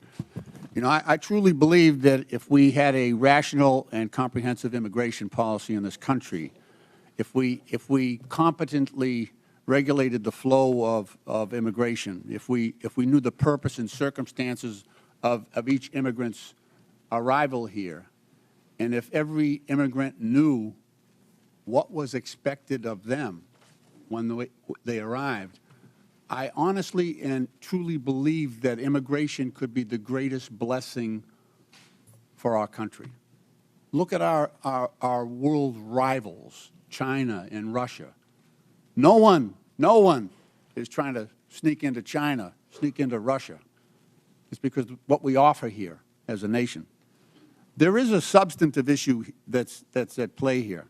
And I want to address that. So under Article 1, Section 8, Clause 4 of the Constitution, it provides Congress, and I'll read the section here, to establish a uniform rule of naturalization. And Clause 18 further provides that Congress has the power to make all laws that shall be necessary and proper to execute its enumerated powers, including immigration. So it appears that Congress has taken up that responsibility in the Immigration and Nationality Act, which they exercise under constitutional writ. On the other hand, we have local so-called sanctuary city laws that at times, so those sanctuary cities laws tend to address local cooperation with federal authorities in your jurisdictions, within your cities. And sometimes it does appear that the sanctuary city laws are defending against the congressional grant of authority to operate in that area. Now, you all, as mayors, and I ask this of the entire panel, you deal with this every single day, and we've heard some of it in your testimony eloquently. How do we, as lawmakers, we're struggling with this right now. There's a tension between that authority of Congress to act under Article 1 of the Constitution and then your responsibility, nobly taken, to provide a safe environment for the residents and visitors to your cities. How do we reconcile, and I'm asking you for advice. You have a great perspective on this. How do we together reconcile the tension between those two operating systems, grants of power? And I'd welcome any advice you have on that, because that's what we are struggling with up here in terms of trying to come up with a comprehensive immigration policy that addresses all of these concerns. Mayor Johnston? Congressman, I'm happy to start the response.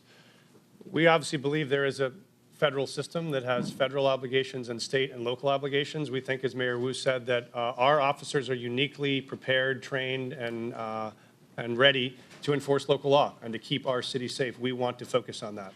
We do not have the capacity for our law enforcement to be doing federal immigration enforcement, but we want to be partners in making sure we're pulling violent criminals off the street. We do that now. We've done it in the past. We'll keep doing it. But we think the capacity for the federal government to focus on. But what I'm trying to point at is this. So the current president of the United States, Donald Trump, rode into office on this issue. On this issue. He put people in fear. I'm in a state that's 2,400 miles from the border. We're going to spend $1.5 billion on providing services and housing and everything to people who are in our state unlawfully. He got into office on that issue. So the costs to democracy are massive. It is now threatening our democracy because we have mishandled this issue. So we need to get together on this and turn immigration, like I say, into the greatest blessing that this country has, and not something that people are afraid of. That's the challenge. May I, Congressman? Please. This may be the last my blue. friend. This may be the last blue dress I'm wearing this month. It's going to be green from here on out as we celebrate Irish American heritage back at home. Please pass comprehensive immigration law that is consistent and compassionate. That will make our jobs possible, and we would so appreciate that partnership. I hear you. Thank you. I yield back. Gentleman yields back. Chair recognizes. Chair, I have a unanimous consent request. I didn't. I'm sorry. I have a unanimous consent request. All right. Proceed. Okay, I'd like to seek unanimous consent to enter into the record thousands of DHS agents shift to deportation instead of drugs, weapons, and human trafficking. That is February 2025 USA Today. Without Also, objection, so ordered.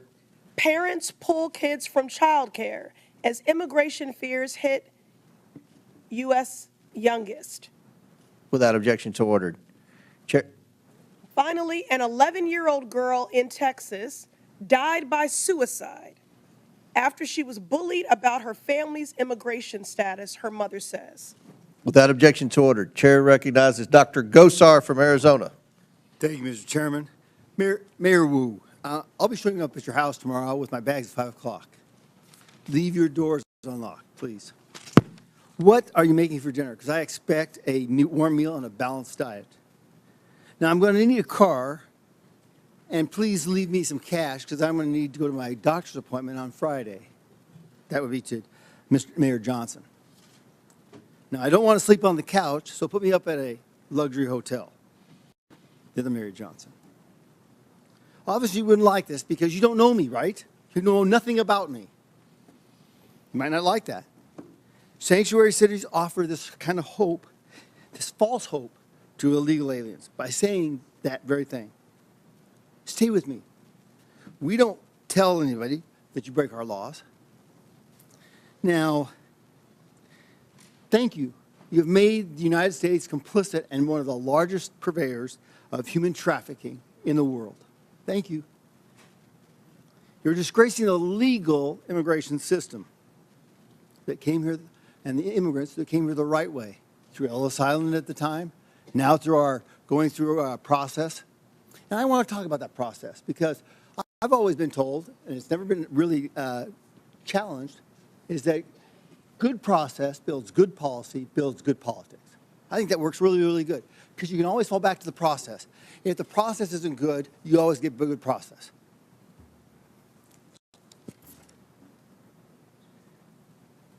Now, you heard the word establishing trust, okay?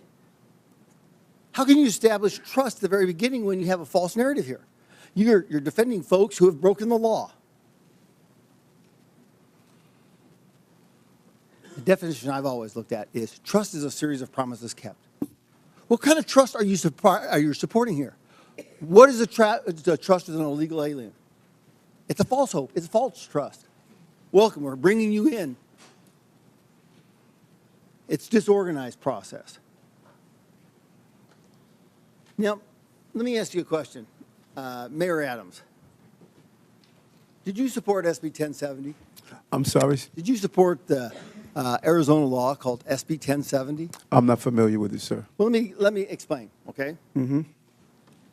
SB 1070 challenged the federal government on its supremacy clause. Because we, in Arizona, wanted, the government wasn't doing anything, so we thought, we'll do this. We can't allow them to break laws. The Supreme Court ruled that, struck it down. Now, it seems contraindicating here that you would have supported SB 1070, right, Mayor Adams? Based on the premise that you or would you violate the supremacy clause in regards to immigration? Would I violate the supremacy clause? This is way over my head. Okay. I felt law. That's you know. okay. That's okay. Mayor understanding. Johnston, would you have supported SB 1070, allowing Arizona to follow their own laws? Because that's what you're doing right here. Thank you, Congressman. We currently follow all federal law, all state law, and all local law. So we do not have any supremacy clause challenges that we're pursuing or maintaining. Okay. Well, it seems like you are. But Mr. Johnston, do you agree? The city of Chicago complies with all laws. Okay. Mayor Wu. I'm not familiar with that law because I'm focused on the city of Boston, but we follow all state, city, and federal laws in Boston. What happens when you get in conflict with them? Who do you support? The Constitution, as I understand it, doesn't require cities or police officers or anyone to follow their laws in conflict, follow federal laws in conflict with local laws or state laws. Okay, in the Constitution it says, and it's explicit, that the federal government has jurisdiction and supremacy over all immigration laws, right? I mean, I've heard it a number of times from my colleagues over here. We're the ones who can define that. We're the ones that have that. We just heard we want a comprehensive immigration policy. How can you get a comprehensive immigration policy when you're defining it from the very get-go? You're building it on false premises and false tenets. Respectfully, Congressman, you could pass bipartisan legislation, and that would be comprehensive immigration law. The false narrative is that immigrants in general are criminals, or immigrants in general cause all sorts of danger and harm. That is actually what is undermining safety in our communities. If you wanted to make us safe, pass gun reforms. Stop cutting Medicaid. Stop cutting cancer research. Stop cutting funds for veterans. That is what will make our city safe. Yes, thank you. I yield back. Chair recognizes Mr. Krishnamurti from Illinois. Thank you, Mr. Chair. Mayor Johnston, there's been much talk about Chicago and its enforcement of laws to rid our communities of criminals, so I want to give you a chance to address some of these questions. First, Mayor Johnston, the city of Chicago operates under 4 sets of laws: federal, state, county, and of course, Chicago's own laws, right? That is correct. And most of these laws are not within Chicago's sole power to change. For example, the Illinois Trust Act, a state law, was enacted in 2017 by then Republican Governor Bruce Rauner and dictates interactions between ICE and law enforcement, right? That is correct. And under Chicago's own law, I have a copy of it right here, Chicago is required to help ICE whenever ICE presents a judicial criminal warrant for an arrest, correct? Yes. In fact, Chicago has assisted ICE with criminal warrants in the past, right? Yes. So just to clear it up, any time that ICE does the work and goes to a court to get a criminal warrant to arrest somebody, the city of Chicago not only is required to, but does cooperate to remove that criminal from our community, right? That is correct. Let me turn to another topic. President Trump has said many things about Chicago, including that it is, I have this NBC News report, worse than Afghanistan. Mayor, I'd suggest the facts suggest otherwise. For example, Condé Nast recently named Chicago the best big city in America 8 years in a row. A friendly amendment, best freaking city in the world, city of Chicago. Chicago's the largest rail hub in America. That is correct. Chicago's a quantum technology hub in this country. $20 billion new investment. Chicago area is the home to the second most number of Fortune 500 headquarters of any city in America, right? Just voted again the top relocator for corporate headquarters for 13 consecutive years. And it's home to O'Hare Airport, the most interconnected airport on the continent, is that right? That is correct. That doesn't sound like Afghanistan to me, sir, does it?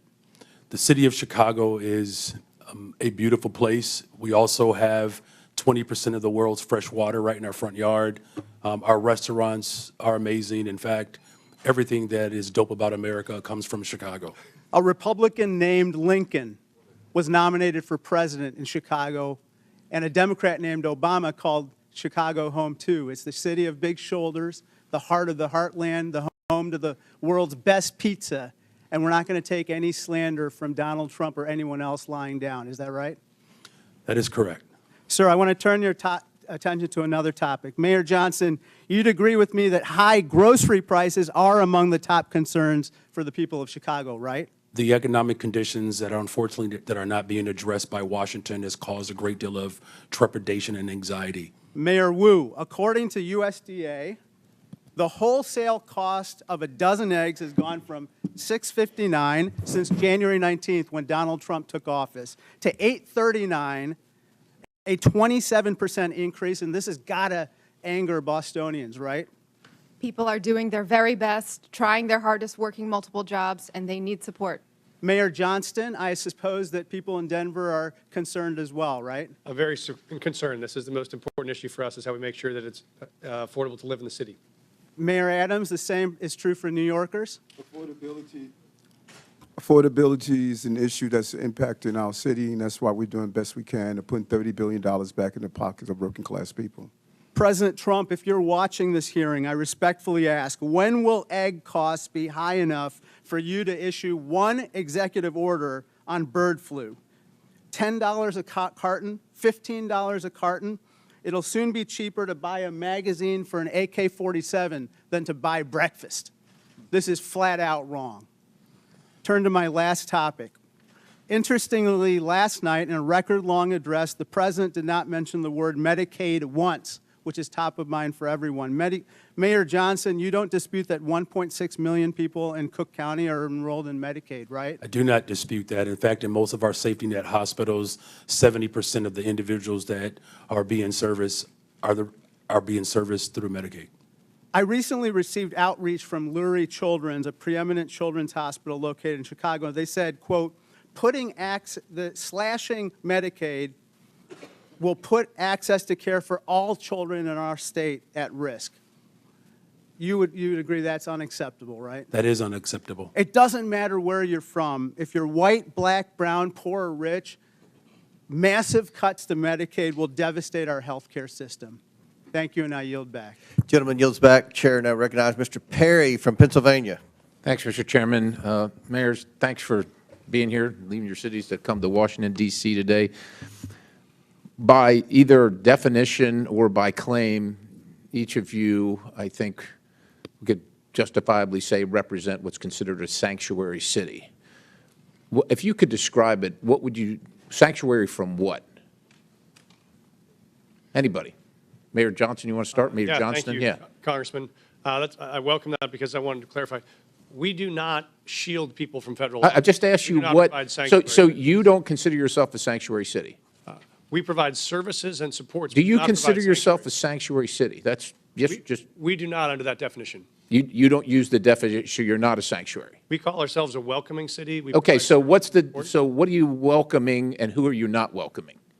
Well, we're welcoming everybody. Okay. We don't keep folks. So you're welcoming criminals that you don't have any idea what their crime background is, and you're good with that? No, we aggressively pursue. How do you do that? Anyway. No. How do you vet the people that you welcome in your sanctuary city? Sir, we don't vet folks that arrive from Illinois or California with a background check when they come into the Denver airport any more than someone from another location. So you're welcoming any illegal immigrant or illegal alien to your city without question? Well, folks that make the decision to come to Denver, they arrive, and then we expect them to you get call a job, them, you pay welcome taxes. them. You welcome them. You call them to your city and say, if you come here, you will be safe from what? Thank you, sir. We don't call anyone to our city. Folks that arrive in our city, we offer same access to services they may need to be successful. And if they break the law, we hold them accountable, we charge them, we prosecute them. What about if they've already broken the law? Well, if they've already broken the law and there is another jurisdiction that has a warrant for that person, they let us know and we would cooperate to transfer them to that jurisdiction. I think we saw in Mr. Jordan's conversation with you that you really don't do that. Mayor Johnston, how about you? How many, according to my records, you have welcomed 51,648 illegal aliens to your sanctuary city. So I'd ask you, sanctuary from what? If you're referring to the number of individuals that were bused from Governor Abbott without any coordination, the 52,000 individuals that were seeking asylum, those individuals were bused to us. I passed a bus ordinance to work to coordinate with the governor of Texas. He refused to do that. But that transfer of individuals was the result of the governor of Texas, not the result of a welcoming city ordinance. Welcoming city ordinance. So you're not welcoming these people that came here illegally?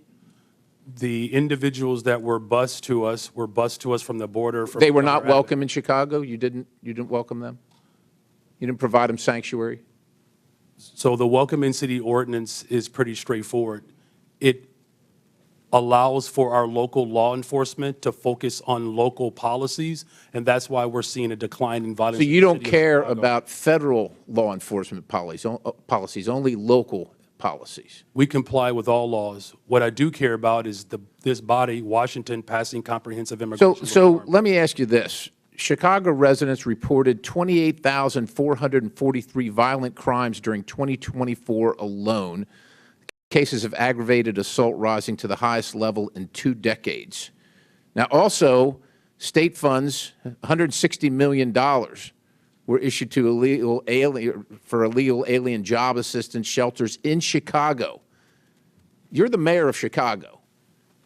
Do you think that your residents or the residents of your state should be paying for that more than they should be paying for their own needs, their own roads, their own public safety?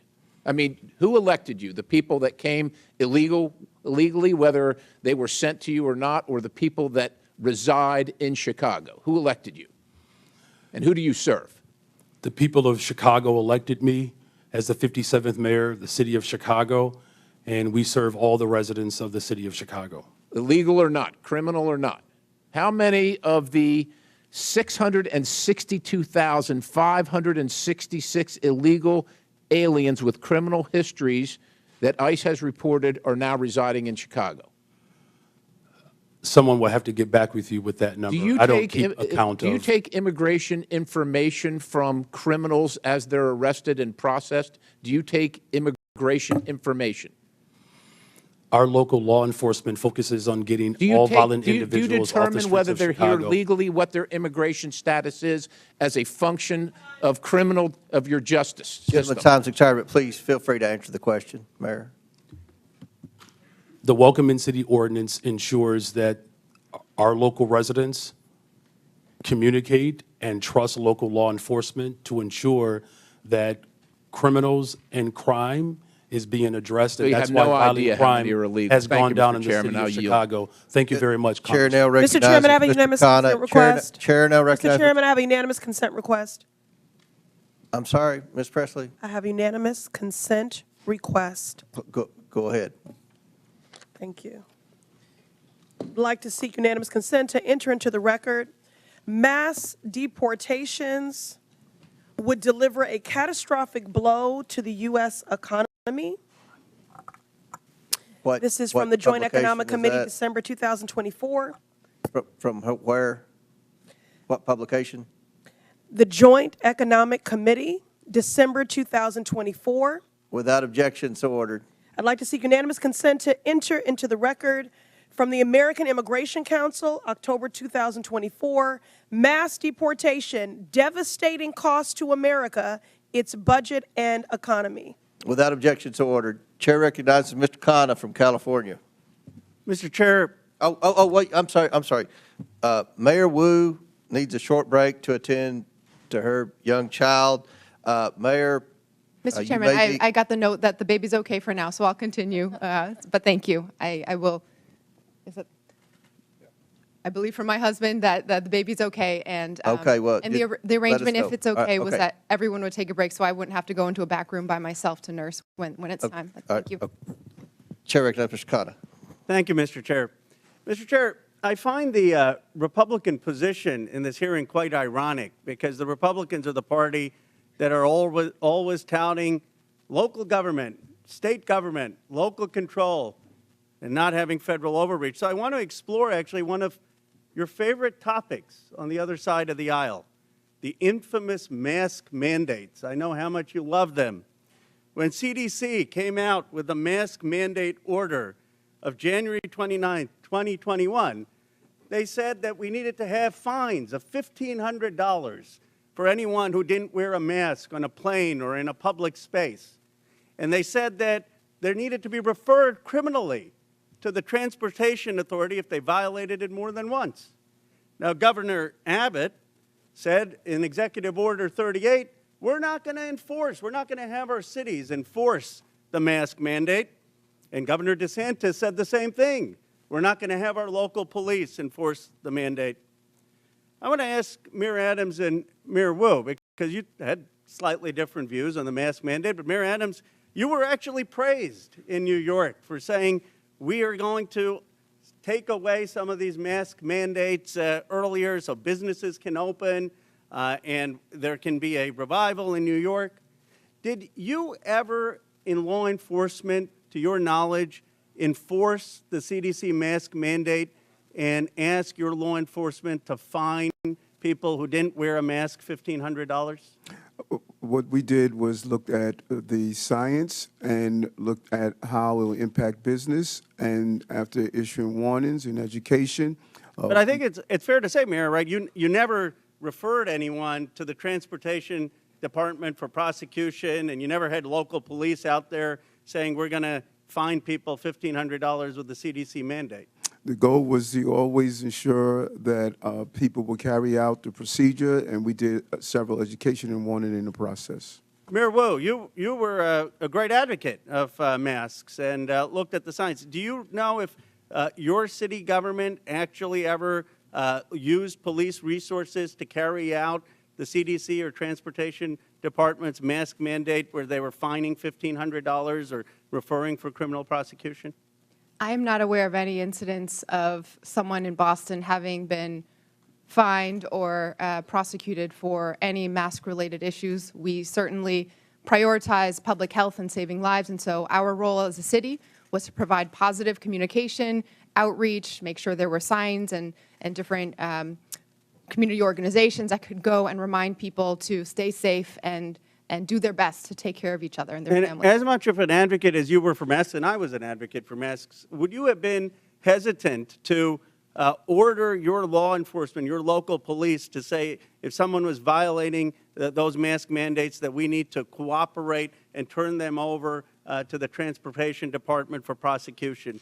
Would that have given you some pause if the federal government were saying use your police departments to fine people $1,500 and give us their records for criminal prosecution? Yes, it would have.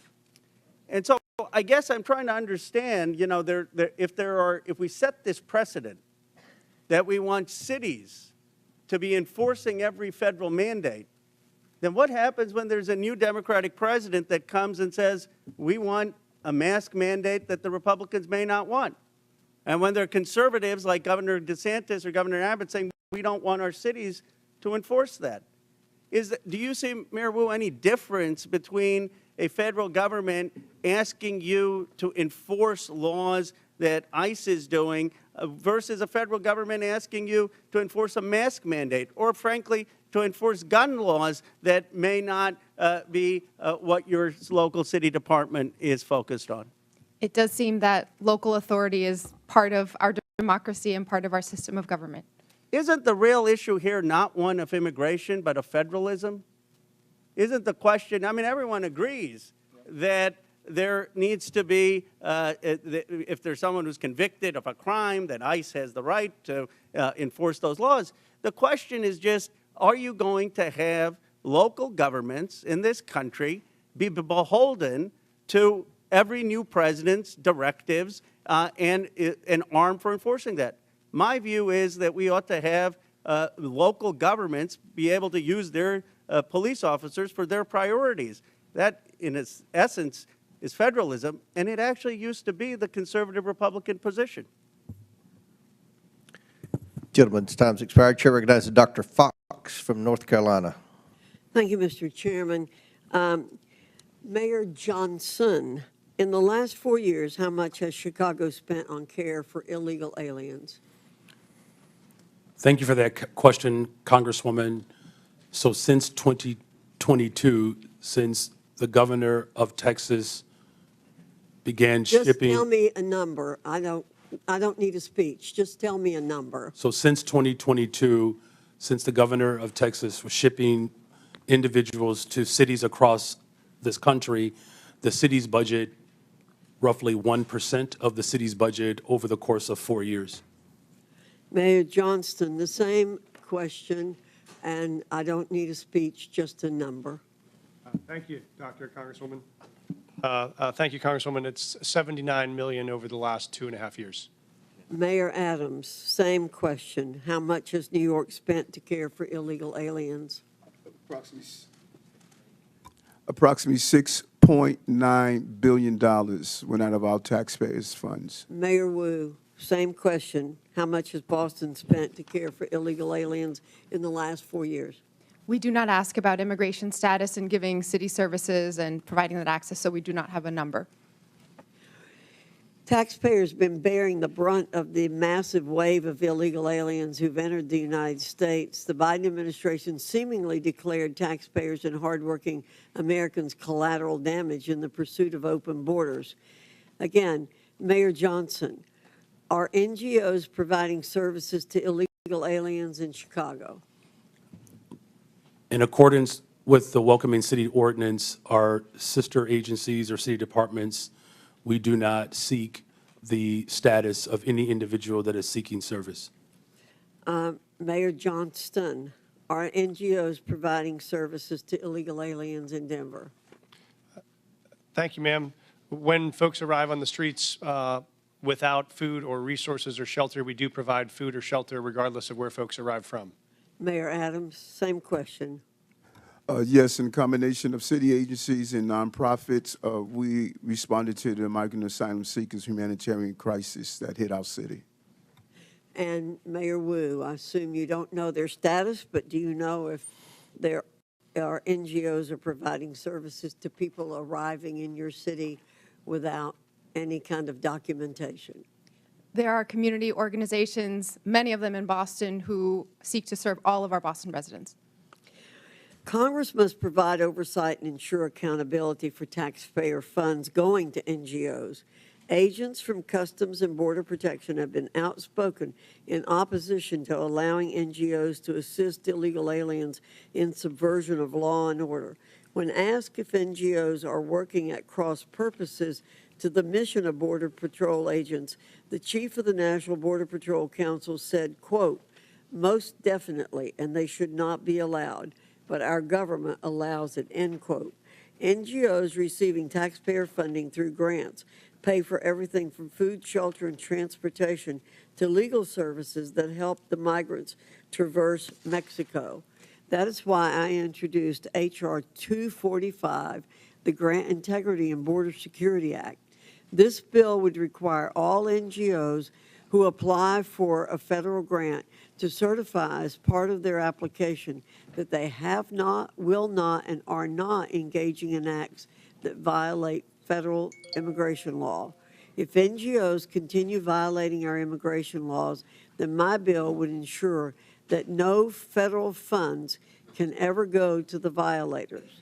It's time to pass this bill, ensure accountability, and secure our cities and the border. And with that, Mr. Chairman, I yield back. Gentlelady yields back. Chair recognizes Ms. Brown from Ohio. Thank you, Mr. Chairman. Today we've heard my colleagues on the other side of the aisle demean and dehumanize immigrants, choosing fear-mongering and political theater over real solutions. So let's take a moment to set the record straight. The best chance for comprehensive immigration reform came in 2013, when a bipartisan Senate majority passed a bill strengthening border security and providing a path to citizenship for longtime residents. But House Republicans killed it.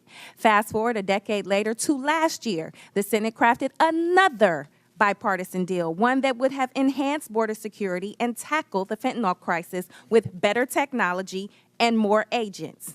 But Donald Trump torpedoed it, preferring anti-immigration rhetoric to real solutions. So this isn't about fixing the problem, it's about exploiting it. And let's not forget, the president wasn't complaining about this when he was employing undocumented immigrants at his resort.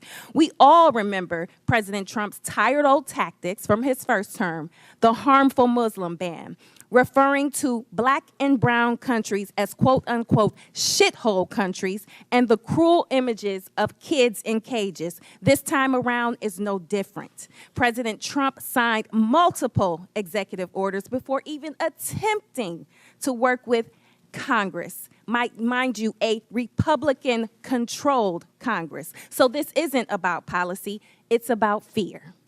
For the last decade, Trump has pushed menacing messages portraying all immigrants as criminals. But it isn't just coming from Trump. It's being amplified by right-wing media. A recent Ipsos poll found that people who watch Fox News are twice as likely to believe myths about immigration, including the false idea that immigrants commit more crimes than native-born Americans. This is objectively false, yet 2 in 3 Fox viewers believe it is true. This serves a purpose: fueling outrage, distracting from real solutions, and keeping the conversation stuck in a cycle of fear instead of facts. And Trump's latest immigration crackdown reinforces these misperceptions. ICE raids, choreographed for cameras, deportation sweeps with photo ops, wardrobe changes, and tough talk. The cruel performative videos of immigrants in shackles. $200 million in taxpayer money to air pro-Trump propaganda ads. Talk about waste, fraud, and abuse. All spectacle, no substance, all performance, no plan. On the campaign trail, J.D. Vance and Donald Trump promoted vile and xenophobic lies about Haitian immigrants in my state of Ohio. And now the Trump administration has moved to strip protections from 500,000 500,000 Haitians. These are people who have lived, worked, and contributed to this country for years. And they came here the right way, the legal way. But instead of recognizing their contributions, we are forcing them back to a country plagued by violence, instability, and humanitarian crisis. All so Trump can claim 500,000 more deportations. The cruelty isn't just the point. It's their pleasure.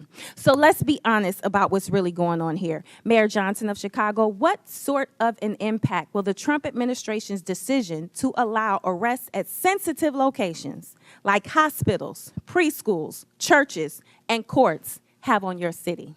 Thank you for that question. As a welcoming city space, it's important that the trust between the community and law enforcement is strong.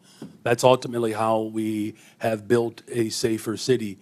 Just this year alone, violent crime is down 20%. Any type of threat to the civility and to the humanity of people is a threat to the evolution of our democracy.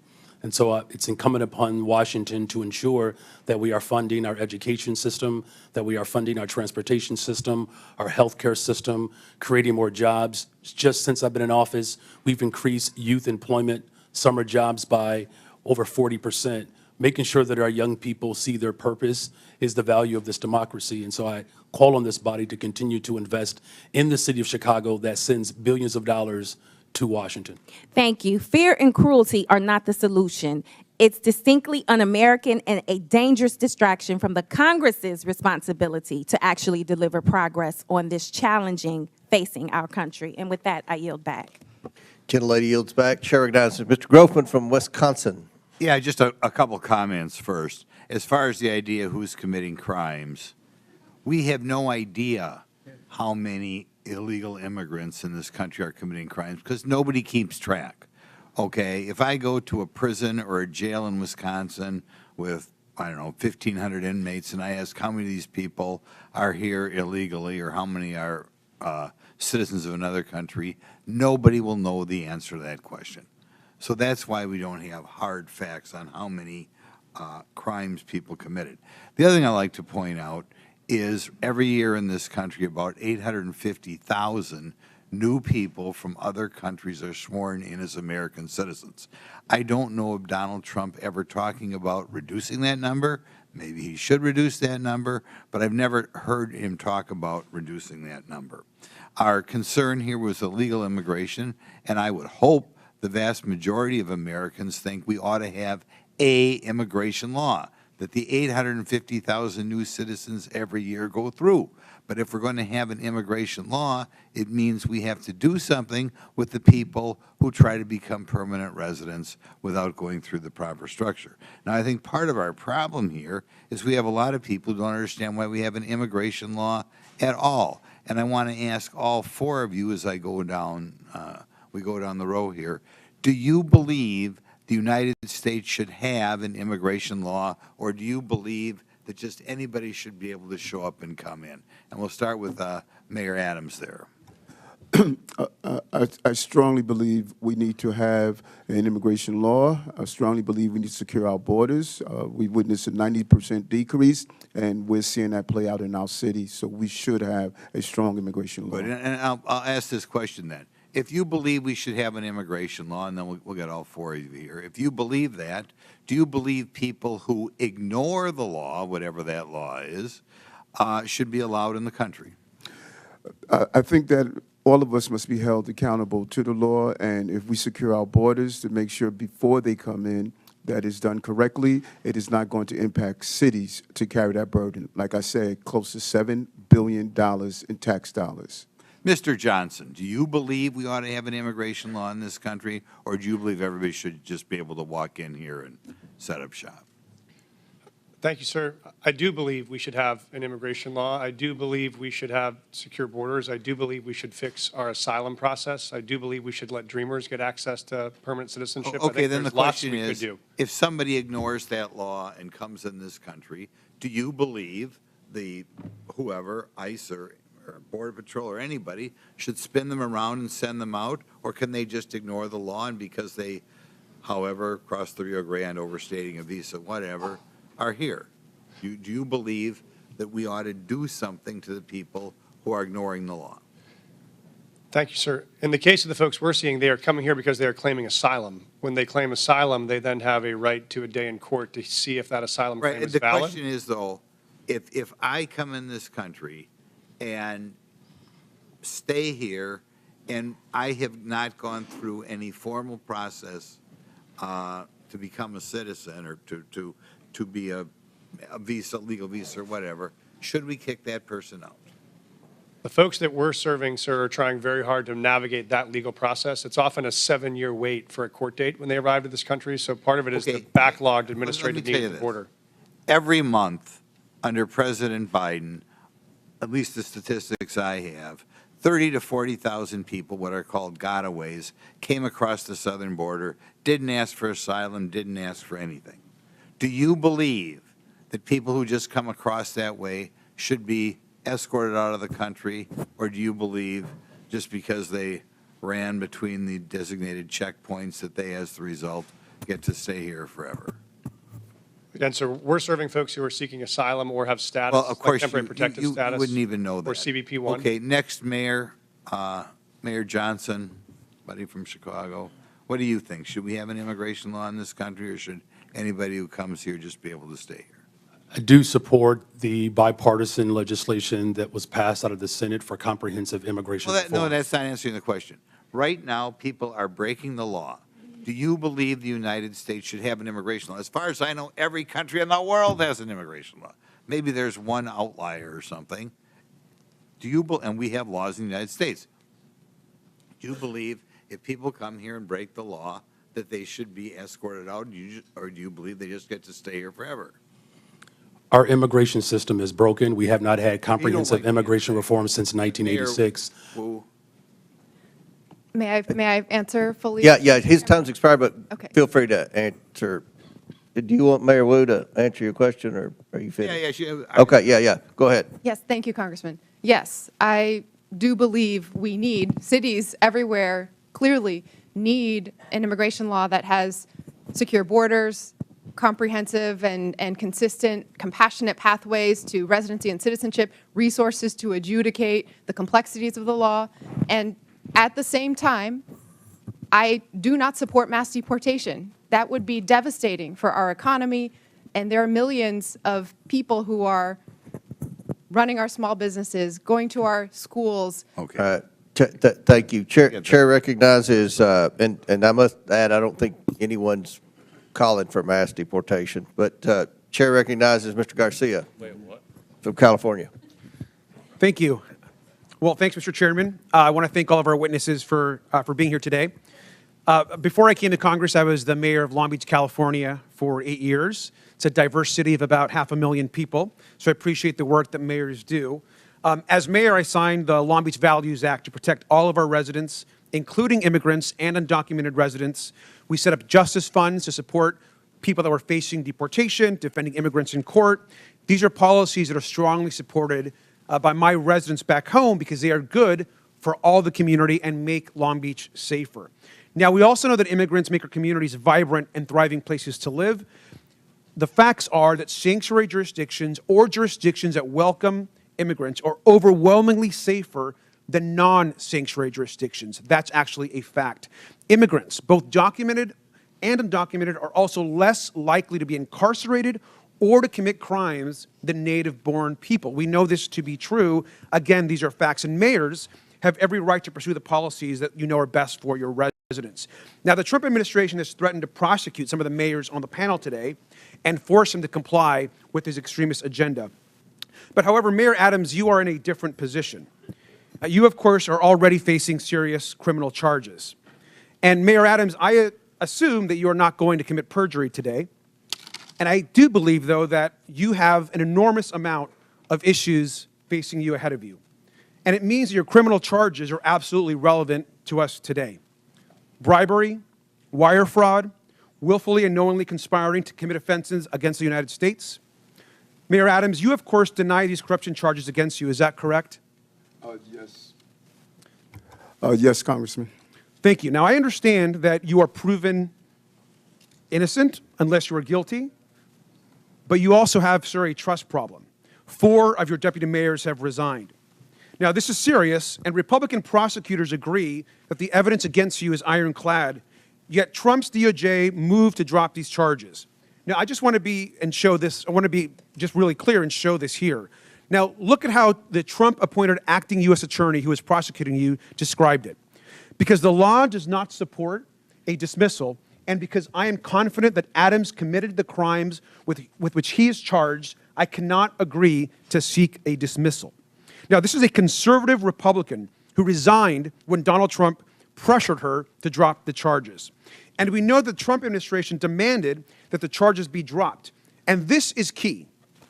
They will be able to refile them against you, Mr. Mayor, at any time.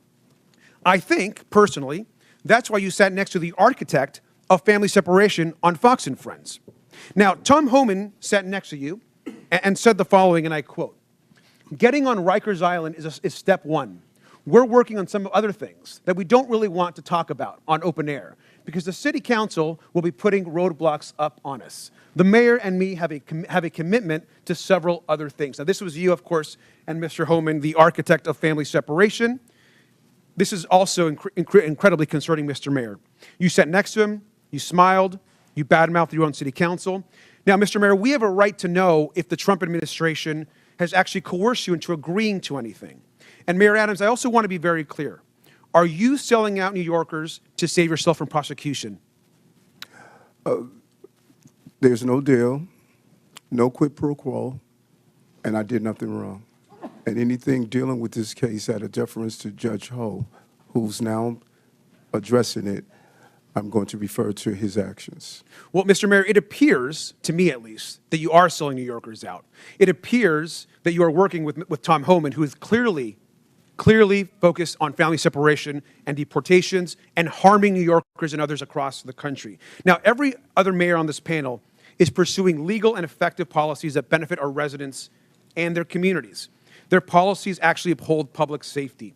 Now, I personally agree with the majority of New Yorkers and think, Mr. Mayor, that you should resign. You should do the right thing. You should step down and resign today. And with that, I yield back. Would my friend yield? Would my friend yield? I yield. Yeah. Mr. Mayor, I want to be really clear. Were you pressured in exchange for the dropping and dismissal of criminal charges in your indictment to cooperate with the Trump administration on all fronts with respect to immigration? Did any such conversation take place?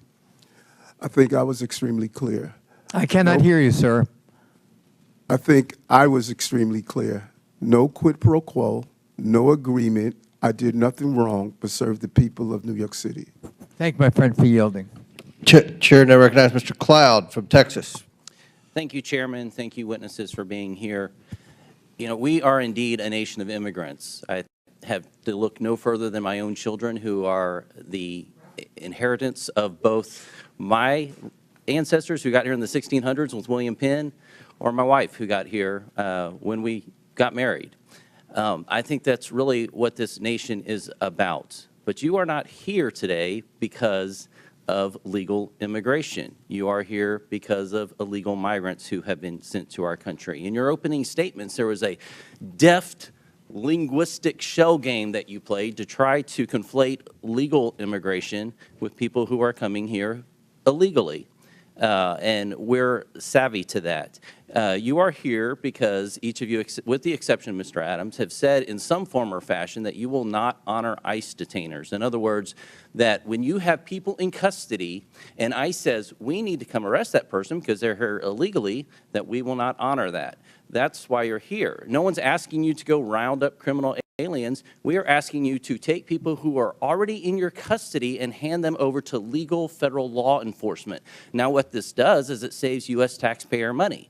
It keeps from a greater presence of ICE and federal law enforcement in your communities, because if you're releasing them, it takes more people, as Chairman Jordan mentioned, to go in and to re-arrest that person, and it puts the lives of law enforcement in danger. This used to be a bipartisan issue. As a matter of fact, groups like the Cato Institute called President Obama the deporter-in-chief. And Mr. Chairman, I'd like to submit for the record a Cato article that said President Obama, deporter-in-chief is the title of it. So why we have to ask is suddenly the left not embracing policies that Obama supported. We can look to last night where it seems to be Trump derangement syndrome, where the left could not seem to applaud kids fighting cancer, a first lady, an accomplished immigrant in her own right, where traditionally we have applauded and recognized and honored the families for their sacrifice. Many of them are, this is the president's issue, and they're kind of along for the ride. It was odd, I thought, that they applauded sending more money to the Ukraine, but not peace for Ukraine. And so it brings us back to why we're here and why this is a partisan issue all of a sudden. It boggles the mind. Now, Mayor Johnston, you seem to want to talk about Texas, so I'm from Texas. Let's talk about Texas. First of all, have you been to the southern border? I've been to Texas, but I have not been exactly to the southern border. Okay. You seem to talk about Governor Abbott and sending buses to your city. Now, I can understand the concern with that, but I will also let you know that Texas did not ask for the Biden administration to open the borders and send an exponential amount of people that have affected your city into our state. And you should know that no one forced them to go to your city. The reason they selected your city is because you have said it's a sanctuary city. Everyone was asked where they wanted to go before they got on the bus. No one asked them to get on the, or told them, forced them to get on the bus. They did it of their own free will, and they were sent to your city because of your stated claim to be a sanctuary city. Now, one thing I could tell you, having toured the facilities, is that I've been to those facilities under the Biden administration where there was a map on the wall, and you could see the migrants kind of pointing out which city they wanted to go to. And I can also tell you, from having been through the immigration process with my wife, there's a difference between people coming here legally and then people who are, when I've been at the ceremony where the people are crying with tears as they take the oath of citizenship to come to this country, is far different than people coming across our border, waving the flags, not trying to assimilate into the United States culture, and sometimes bringing crime into our communities. This is an issue. Now, each mayor, I want to ask you, one of the issues recently is how much FEMA dollars have gone to support migrants and hotel rooms in your communities. Mayor Adams, do you know how many FEMA dollars have spent in your city?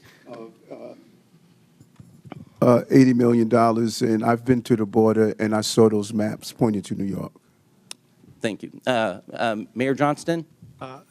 Thank you, Congressman. I know we do have some federal dollars that have to get back to in the exact amount. It's roughly $32 million, Mayor, $38 million. Mayor Johnson?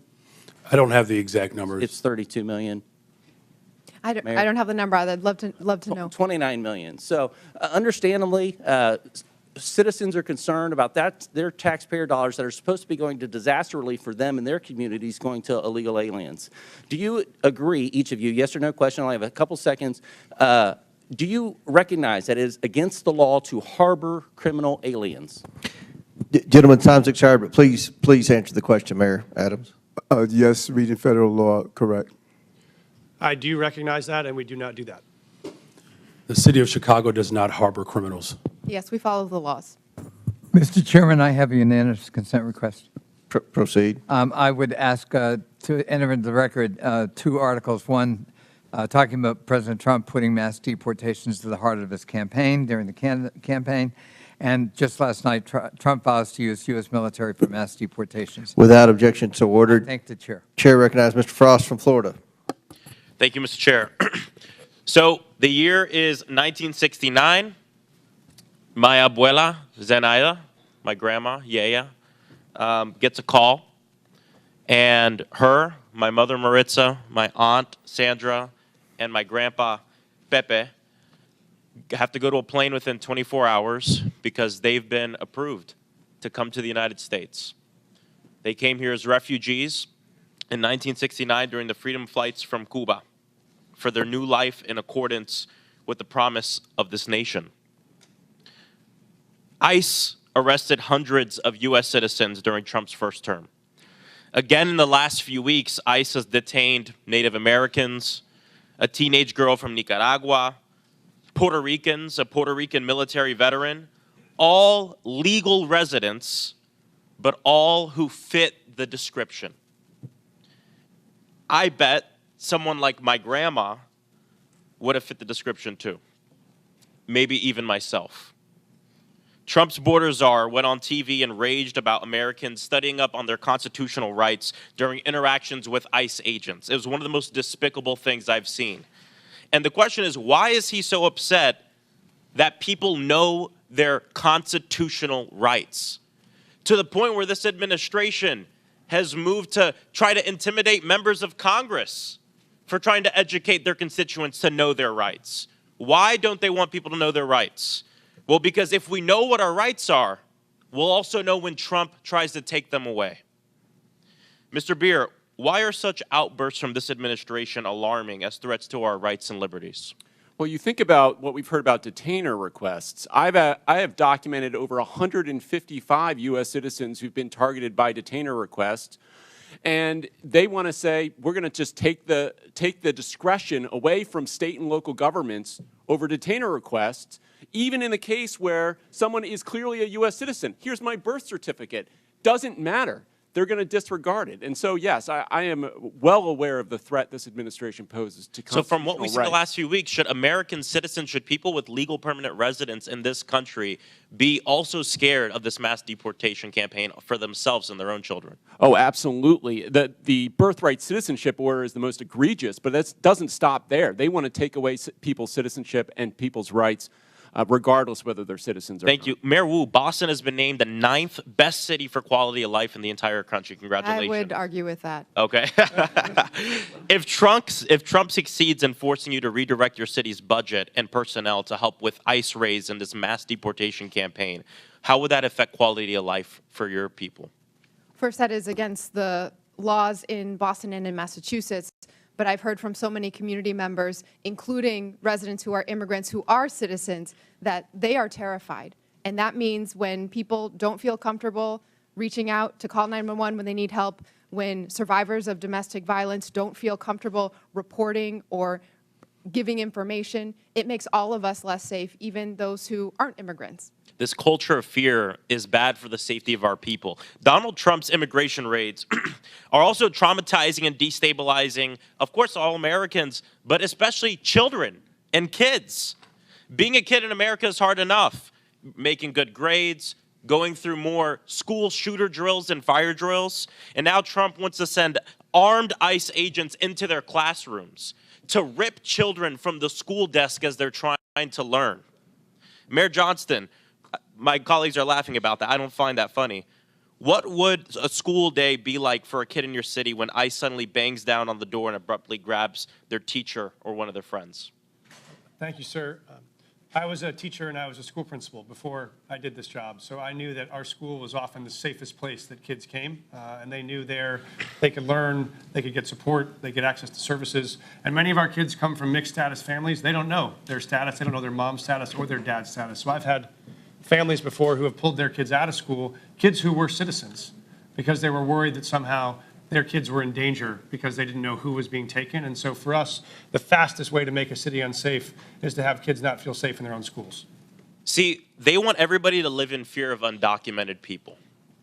That is what they want to do. But I'll tell you, when I'm in my district and I do roundtables, I've done them with kids in elementary school, and I ask them what they want us to do. They want us to ban assault weapons. They say what they're actually scared of is being shot to death and dying in their schools. And because of actions that the Democratic administration took, the Biden administration with Congress, gun violence has gone down in Denver, 24%, 25% in Chicago, 40% down homicides in Boston. This works. Gun violence went up 45% under Trump. So when they're in charge, more people die.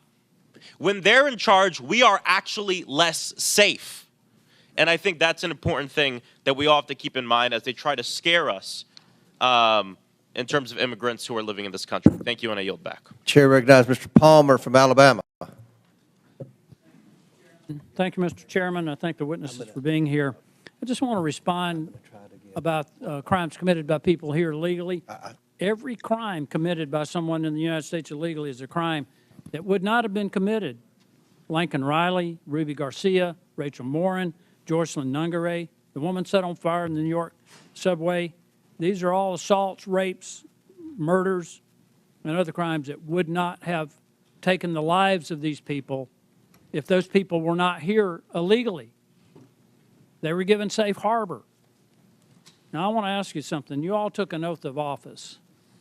Mr. Adams, did you swear to uphold the Constitution of the United States? Yes, I do. How about you, Mayor Johnson? Yes, sir, I did. How about you, the other Mayor Johnson? Yeah, the Constitution of the United States as well as the Constitution of Illinois. Okay, and Mayor, Yes. you did. Are you familiar with the Supremacy Clause?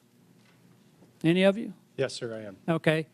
Then under the Supremacy Clause, you understand that the laws of the United States take precedent over the laws of Colorado, over the laws of Illinois, over the laws of Massachusetts, and your cities. Do you understand that? Yes, sir, I do. But when you declared your cities sanctuary cities, you did so illegally. Do you understand that? Respectfully, sir, I would disagree with that. We follow You're every disagreeing federal with law. the law. It's against the law to give sanctuary to people who have committed felonies, and it's a felony to cross the border illegally. There You is no- gave sanctuary to people who are here illegally. You violated your oath to uphold the Constitution because of the Supremacy Clause. The laws of the United States take preference. But you didn't do that. There is, thank you, sir. There's no part of our city law that violates federal law, no part of the practices or services we provided that violate federal law. Did you personally violate the law then by giving sanctuary? Somebody gave these people sanctuary. You declared your city, city of Boston was declared a sanctuary city by you, Mayor. Being a sanctuary city as you describe it, or being a city as we describe it, that's home for everyone, does not, it means that if When you commit a give crime, safe you are harbor held to accountable people who are regardless of here immigration illegally, status. and when you interfere with the officers of the law who are there to even remove people that you know have committed crimes, you have violated your oath of office. You've committed a crime. Mr. Chairman, I don't understand why we haven't been discussing obstruction of justice. I mean, get real about this. We have a problem in the country with the people who have come here illegally. And I just gave you a few names of people who have been raped and murdered. There are numerous others. There's a whole organization established called Remembrance to remember the people who have been assaulted, raped, murdered in this country because certain cities, certain officials decided to give sanctuary to people who came here illegally and committed these crimes. It goes all the way back to Kate Steinle, San Francisco, shot by someone who was here illegally. She would still be alive today. She died in the arms of her father. So again, I want to know if you understand the Supremacy Clause, that the laws of the United States are supreme over whatever your opinions might be of what the laws are. Sir, I do recognize that. We do follow that. I want to clarify that we actively, aggressively pursue any known criminal in the city, and we actually partner with the federal government to do that. If there is someone with a criminal warrant, we're searching for them. We have federal task forces we're partners of to break up gang activity. We do that for drug trafficking. We do that on armed robberies. So we are in partnership with the federal government on many issues around. Mayor Adams is being attacked because he's agreed to cooperate with federal officials to uphold the laws of the United States. I haven't heard any of you in defense of that. We are absolutely upholding the laws of the United States. We do it every day, and we will continue to do it. I just think we need to do a deeper dive into this, Mr. Chairman. If it were up to me, I mean, I'd be considering referring charges. I think we've got a problem here when we decide that there's some laws that we will obey and some laws that we won't. I don't care who it is, Republican, Democrat, I don't care what office you hold. We need to abide by the laws passed by. Will the gentleman yield? No, I will not yield. Mr. Chairman, I thank you for the time. I yield back. Gentleman yields back. Well, We're gonna have two more. We're gonna have two more questioners. Then we're gonna have to take a break at the request of the witnesses, a 15-minute break, maybe 20 if we need that. But Chair recognizes Mr. Kassar, and after him, then Mr. Higgins, then we'll proceed with the break. But Chair recognizes Mr. Kassar. Good morning. Good morning. Morning. Mayor Wu, can you tell us a little bit, just maybe 20 seconds, about how your administration has helped address unemployment, especially amongst youth in your city, which we know is a risk when we have high levels of young people unemployed? We made a commitment, our mayor's guarantee, that any young person in the Boston Public Schools who wanted a paid summer job would get one, and we fulfilled that with the partnership of businesses and companies and organizations throughout the city. Record numbers participating. Thank you, Mayor Wu. Mayor Johnston, can you tell us a little bit about measures your office has implemented to address the root causes of violence in Chicago? Thank you for that question. Yes, so first of all, it's great to report that violence is down in the city of Chicago, and it has gone down since I've been in office as a result of a couple of measures. One, we've reopened 3 mental health clinics because we do know that mental health issues, and we are in a very severe mental health crisis. We've also increased the number of youth employment. We have hired almost 28,000 young people for last summer. This year, we have an opportunity to hire up to 29,000 young people. We've also built more homes. Just last year, we've appropriated $11 billion, 37,000 construction jobs in the works for almost 10,000 more affordable units. And we have promoted and hired 200 detectives to increase trust between community and law enforcement to solve the crimes that do occur in our city. Thank you so much. Mayors, I want to thank you for the hard work you're doing every single day. Just in 40 seconds, you have described building tens of thousands of homes for people that need them, hiring detectives to solve cold cases, building community trust to reduce violence, hiring people to do incredible mental health work, and reducing the youth unemployment rate. That is so much more than what the Republican majority can ever describe having ideas about. And that's why they've dragged you before us today.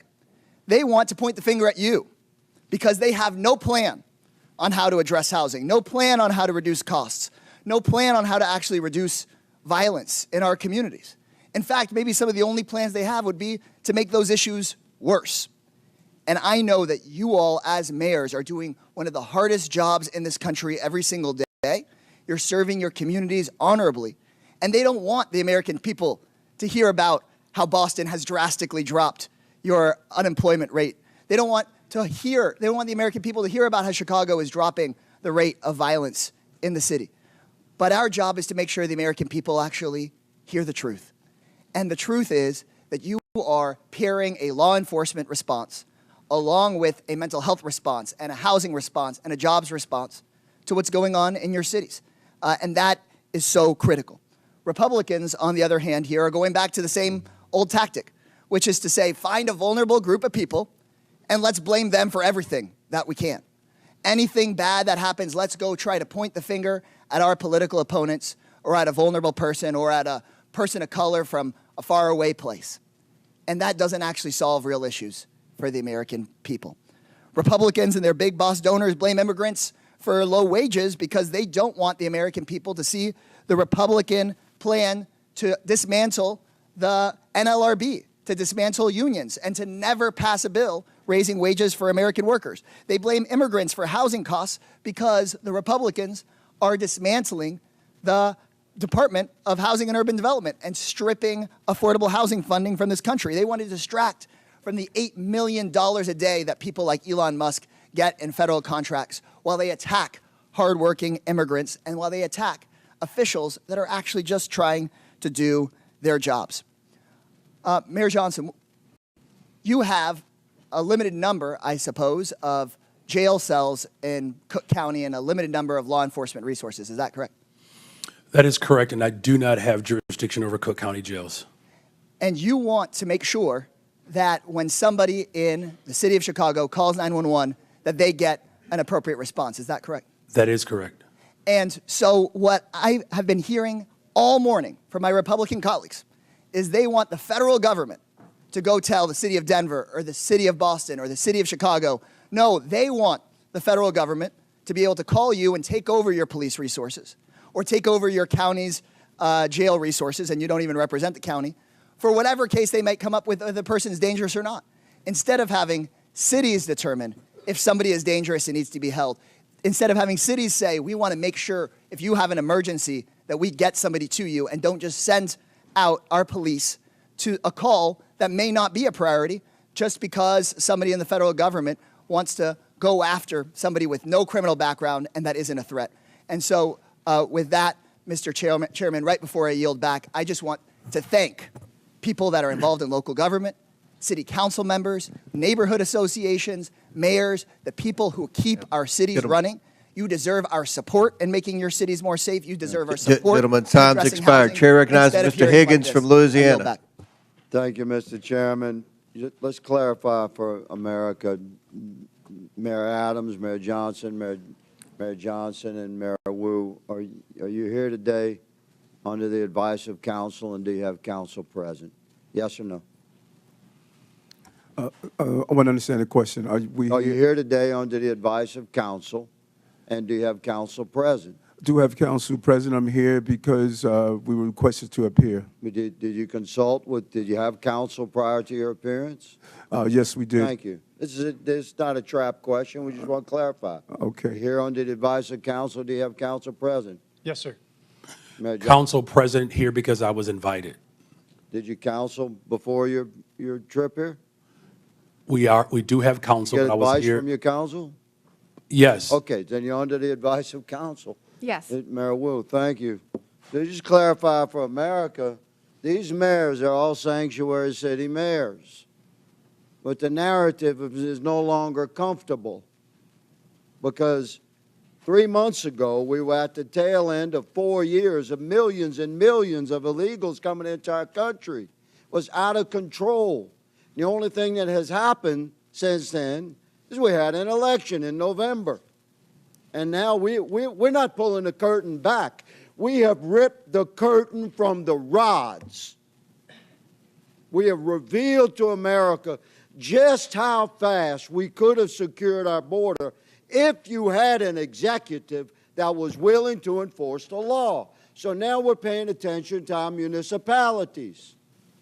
And every one of them is lawyered up. They've changed their narrative. We got example after example. The mayor of Chicago, we must lead with and live by the promise of Sanctuary City. The mayor of Denver, willing to go to jail in defense of Sanctuary City policy. The list goes on. But the policies of these mayors and our previous president have consequences, real-life consequences. I have a family here today, Mr. Chairman, who lost their beautiful loved one. This young man was killed by an illegal immigrant in Texas that never should have been in our country. He'll never be here to raise his daughter, Anne Marie, to love and cherish and honor and uphold his beautiful wife, Olivia. And you mayors have responsibility, not just to your communities and the citizens you just want to serve, but by extension to the entire republic. And let me clarify, I was a cop for a long time. To honor the jurisdictional authority of another law enforcement agency, you do it every day in your city. Guaranteed, every one of you, if you have an inmate in your city on city charges, and that inmate has a felony warrant from a neighboring county or another county in your state, and that county contacts your city while you have that inmate in detention, and ask you to hold them for them to come pick it up upon release, guaranteed you release that inmate to the county over or to your state police. But you're not doing it for ICE. And ICE is responsible to remove millions of criminal, hard-edged, criminal illegals from our country. And we've had enough. America's fed up with this betrayal of oath, and you'll be held accountable. One of you said you're willing to go to jail. We might give you that opportunity, good mayor. One of my colleagues mentioned the children. I always want to talk to the children, separation of children.